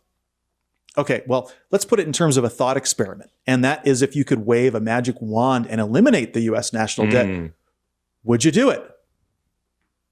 Many people say, hell yes, they do it because debt is sinful. But you got to ask this question the other way. If you could wave a magic wand and eliminate all the US Treasury bonds throughout the world, take them out of the bond funds, out of the pension funds, out of the sovereign wealth funds, out of people's, people own government bonds. Would you take those bonds away from those people?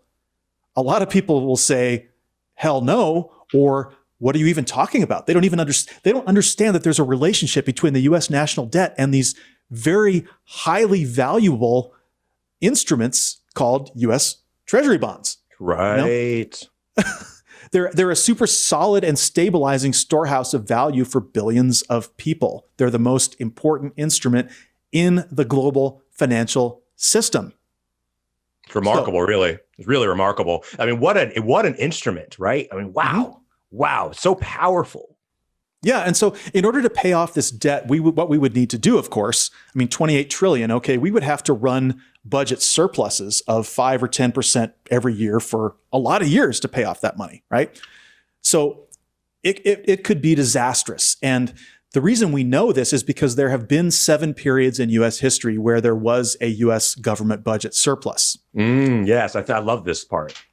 Each and every time we've done this, a recession or depression has followed. You can look it up. And Stephanie Kelton has this chart in her presentation, and maybe I'll post it in the show notes because it's just stunning, okay? Most recently, we had a federal budget surplus from 1998 to 2001. And the recession of 2001 followed immediately, and then the Great Recession of 2008. So why does something that sounds so good, paying off the debt, end so badly every single time we do it? And here is the mind-blowing revelation here. A federal government budget surplus, which is federal black ink, leaves the private sector in deficit. Okay, so that's private red ink. It's a profound insight. How long can, now this is when we have to start talking about households and businesses, okay? How long can a household or a business survive in net deficit? Not very long. It kills the economy every single time. Yeah, and it's so counterintuitive, Sean. The idea that running a surplus ends up harming the private sector. But when you think about it, it makes sense. It just means that there's X amount of money in circulation. It just means the government has a disproportionate amount of it, right? Yeah. So that it has to come from somewhere, right? So and because those private companies can't print their own money. Right? They can't fix that problem. But the government can. So if there's anyone you want to have running a debt or running deficit, it's the government. Right. Well, if you raise taxes too high, it's deflationary. It's taking money out of the economy. Yes. Right? So this is where conservatives are actually a little bit right about this, is that if you don't want to raise your taxes too high. No, definitely not. So, not. and the key to taxation is you have to tax the right people for the right reasons. And it's not about collecting money. No, it's about controlling, it's about influencing behavior in the end of the day, right? That like at that point, and like you said, safeguarding democracy. Frankly, that's like, I think, the most fundamental reason. Yeah. And so it comes down to a question, and this is the question that is really on the top of everyone's minds, whether you're a conservative or a liberal, is what can we afford? Conservatives think we can't afford anything because we've already spent too much money. Liberals are constantly looking at, pony politics. Everyone should have a pony. Free college, Medicare for all, generous social spending, libraries, schools, parks, roads. How are you going to pay for it? Okay. So Bernie Sanders proposed to pay for his ponies with a financial transactions tax. Elizabeth Warren proposed a wealth tax. And this is to say they believe that billionaires will pay for everyone's ponies. And this is going to come as a shock to the left, but the billionaires actually don't need to pay for it. We should be taxing billionaires for different reasons. As we already mentioned, to prevent them from taking over democracy and being able to hire so many lobbyists and spend so much money on political campaigns that true Democrats can never win. Yeah, and therefore we can't run the kind of MMT that we're talking about here, right? Because that's why it's so fucking important, because these folks will absolutely undermine that system with disproportionate power because they benefit without that system. Right. But we don't need their money to pay for programs is what, the government. That's the point. Because what does a billionaire do with their money anyway? It's sitting in various assets, usually financial assets, possibly stocks or bonds or a bank account, right? It's not circulating in the economy, creating value. So it's not inflationary. Billionaires' fortunes are not necessarily inflationary. They can be depending on what they do with them. But, so this is what sort of severs the tie with traditional liberal or democratic socialist arguments, is the idea that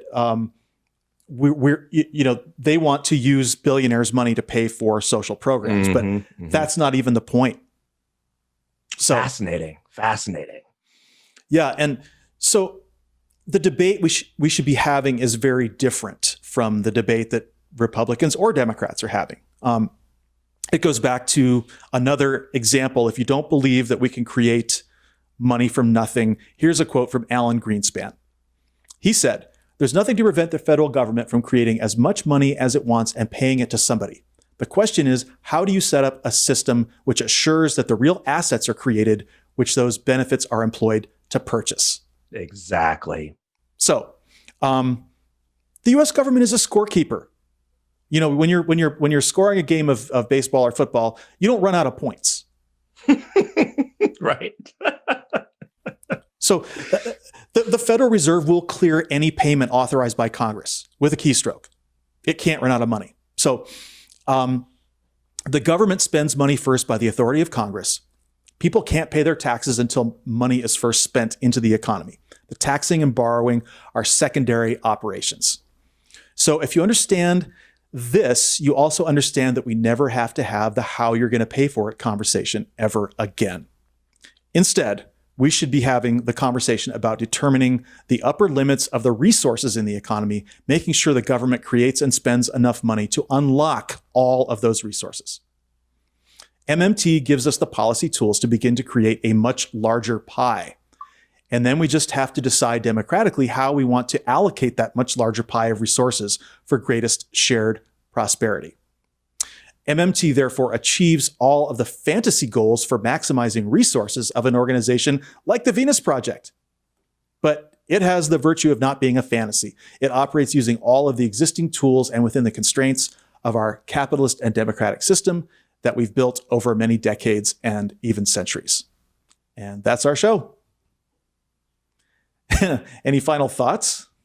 Oh, man. I mean, it was really enlightening, man. I am so glad. Obviously, I read the notes, I read the outline, but I am really glad that you did the work to really, investigate this, because this is so fucking important, man. I mean, this like turns all of what you and I and all of us liberals, including liberals and turns it all on its head.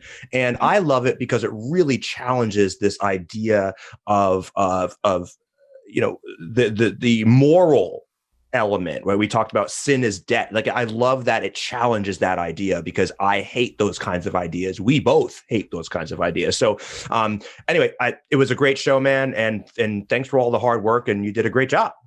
Oh, thanks. And thanks to, Stephanie Kelton and L. Randall Ray and Warren Mosler. And there's one other guy that I forget right now, but who contributed to this whole, because this is a fairly new thing that people are starting to look at, even though it has its roots back in Keynesianism and goes back a long way. But it's really revolutionary, and I hope that it makes it into government policy soon. So I want to remind you to make sure and subscribe to this podcast. We're available on all the major podcast channels. Christoph and I work really hard to try to bring you great content every week. And of course, making the show is something we both really enjoy. We don't do any advertising, so if you like what you're hearing, follow us on social media, leave us a good rating, write a review of our show, and take the time to talk about us on Facebook, Twitter, blog about us. Tell your friends and family. Word of mouth really matters. And also, please don't hesitate to email us with any notes or suggestions. We love hearing from you. So thanks for being here, and remember, wherever you are, you can be radically secular.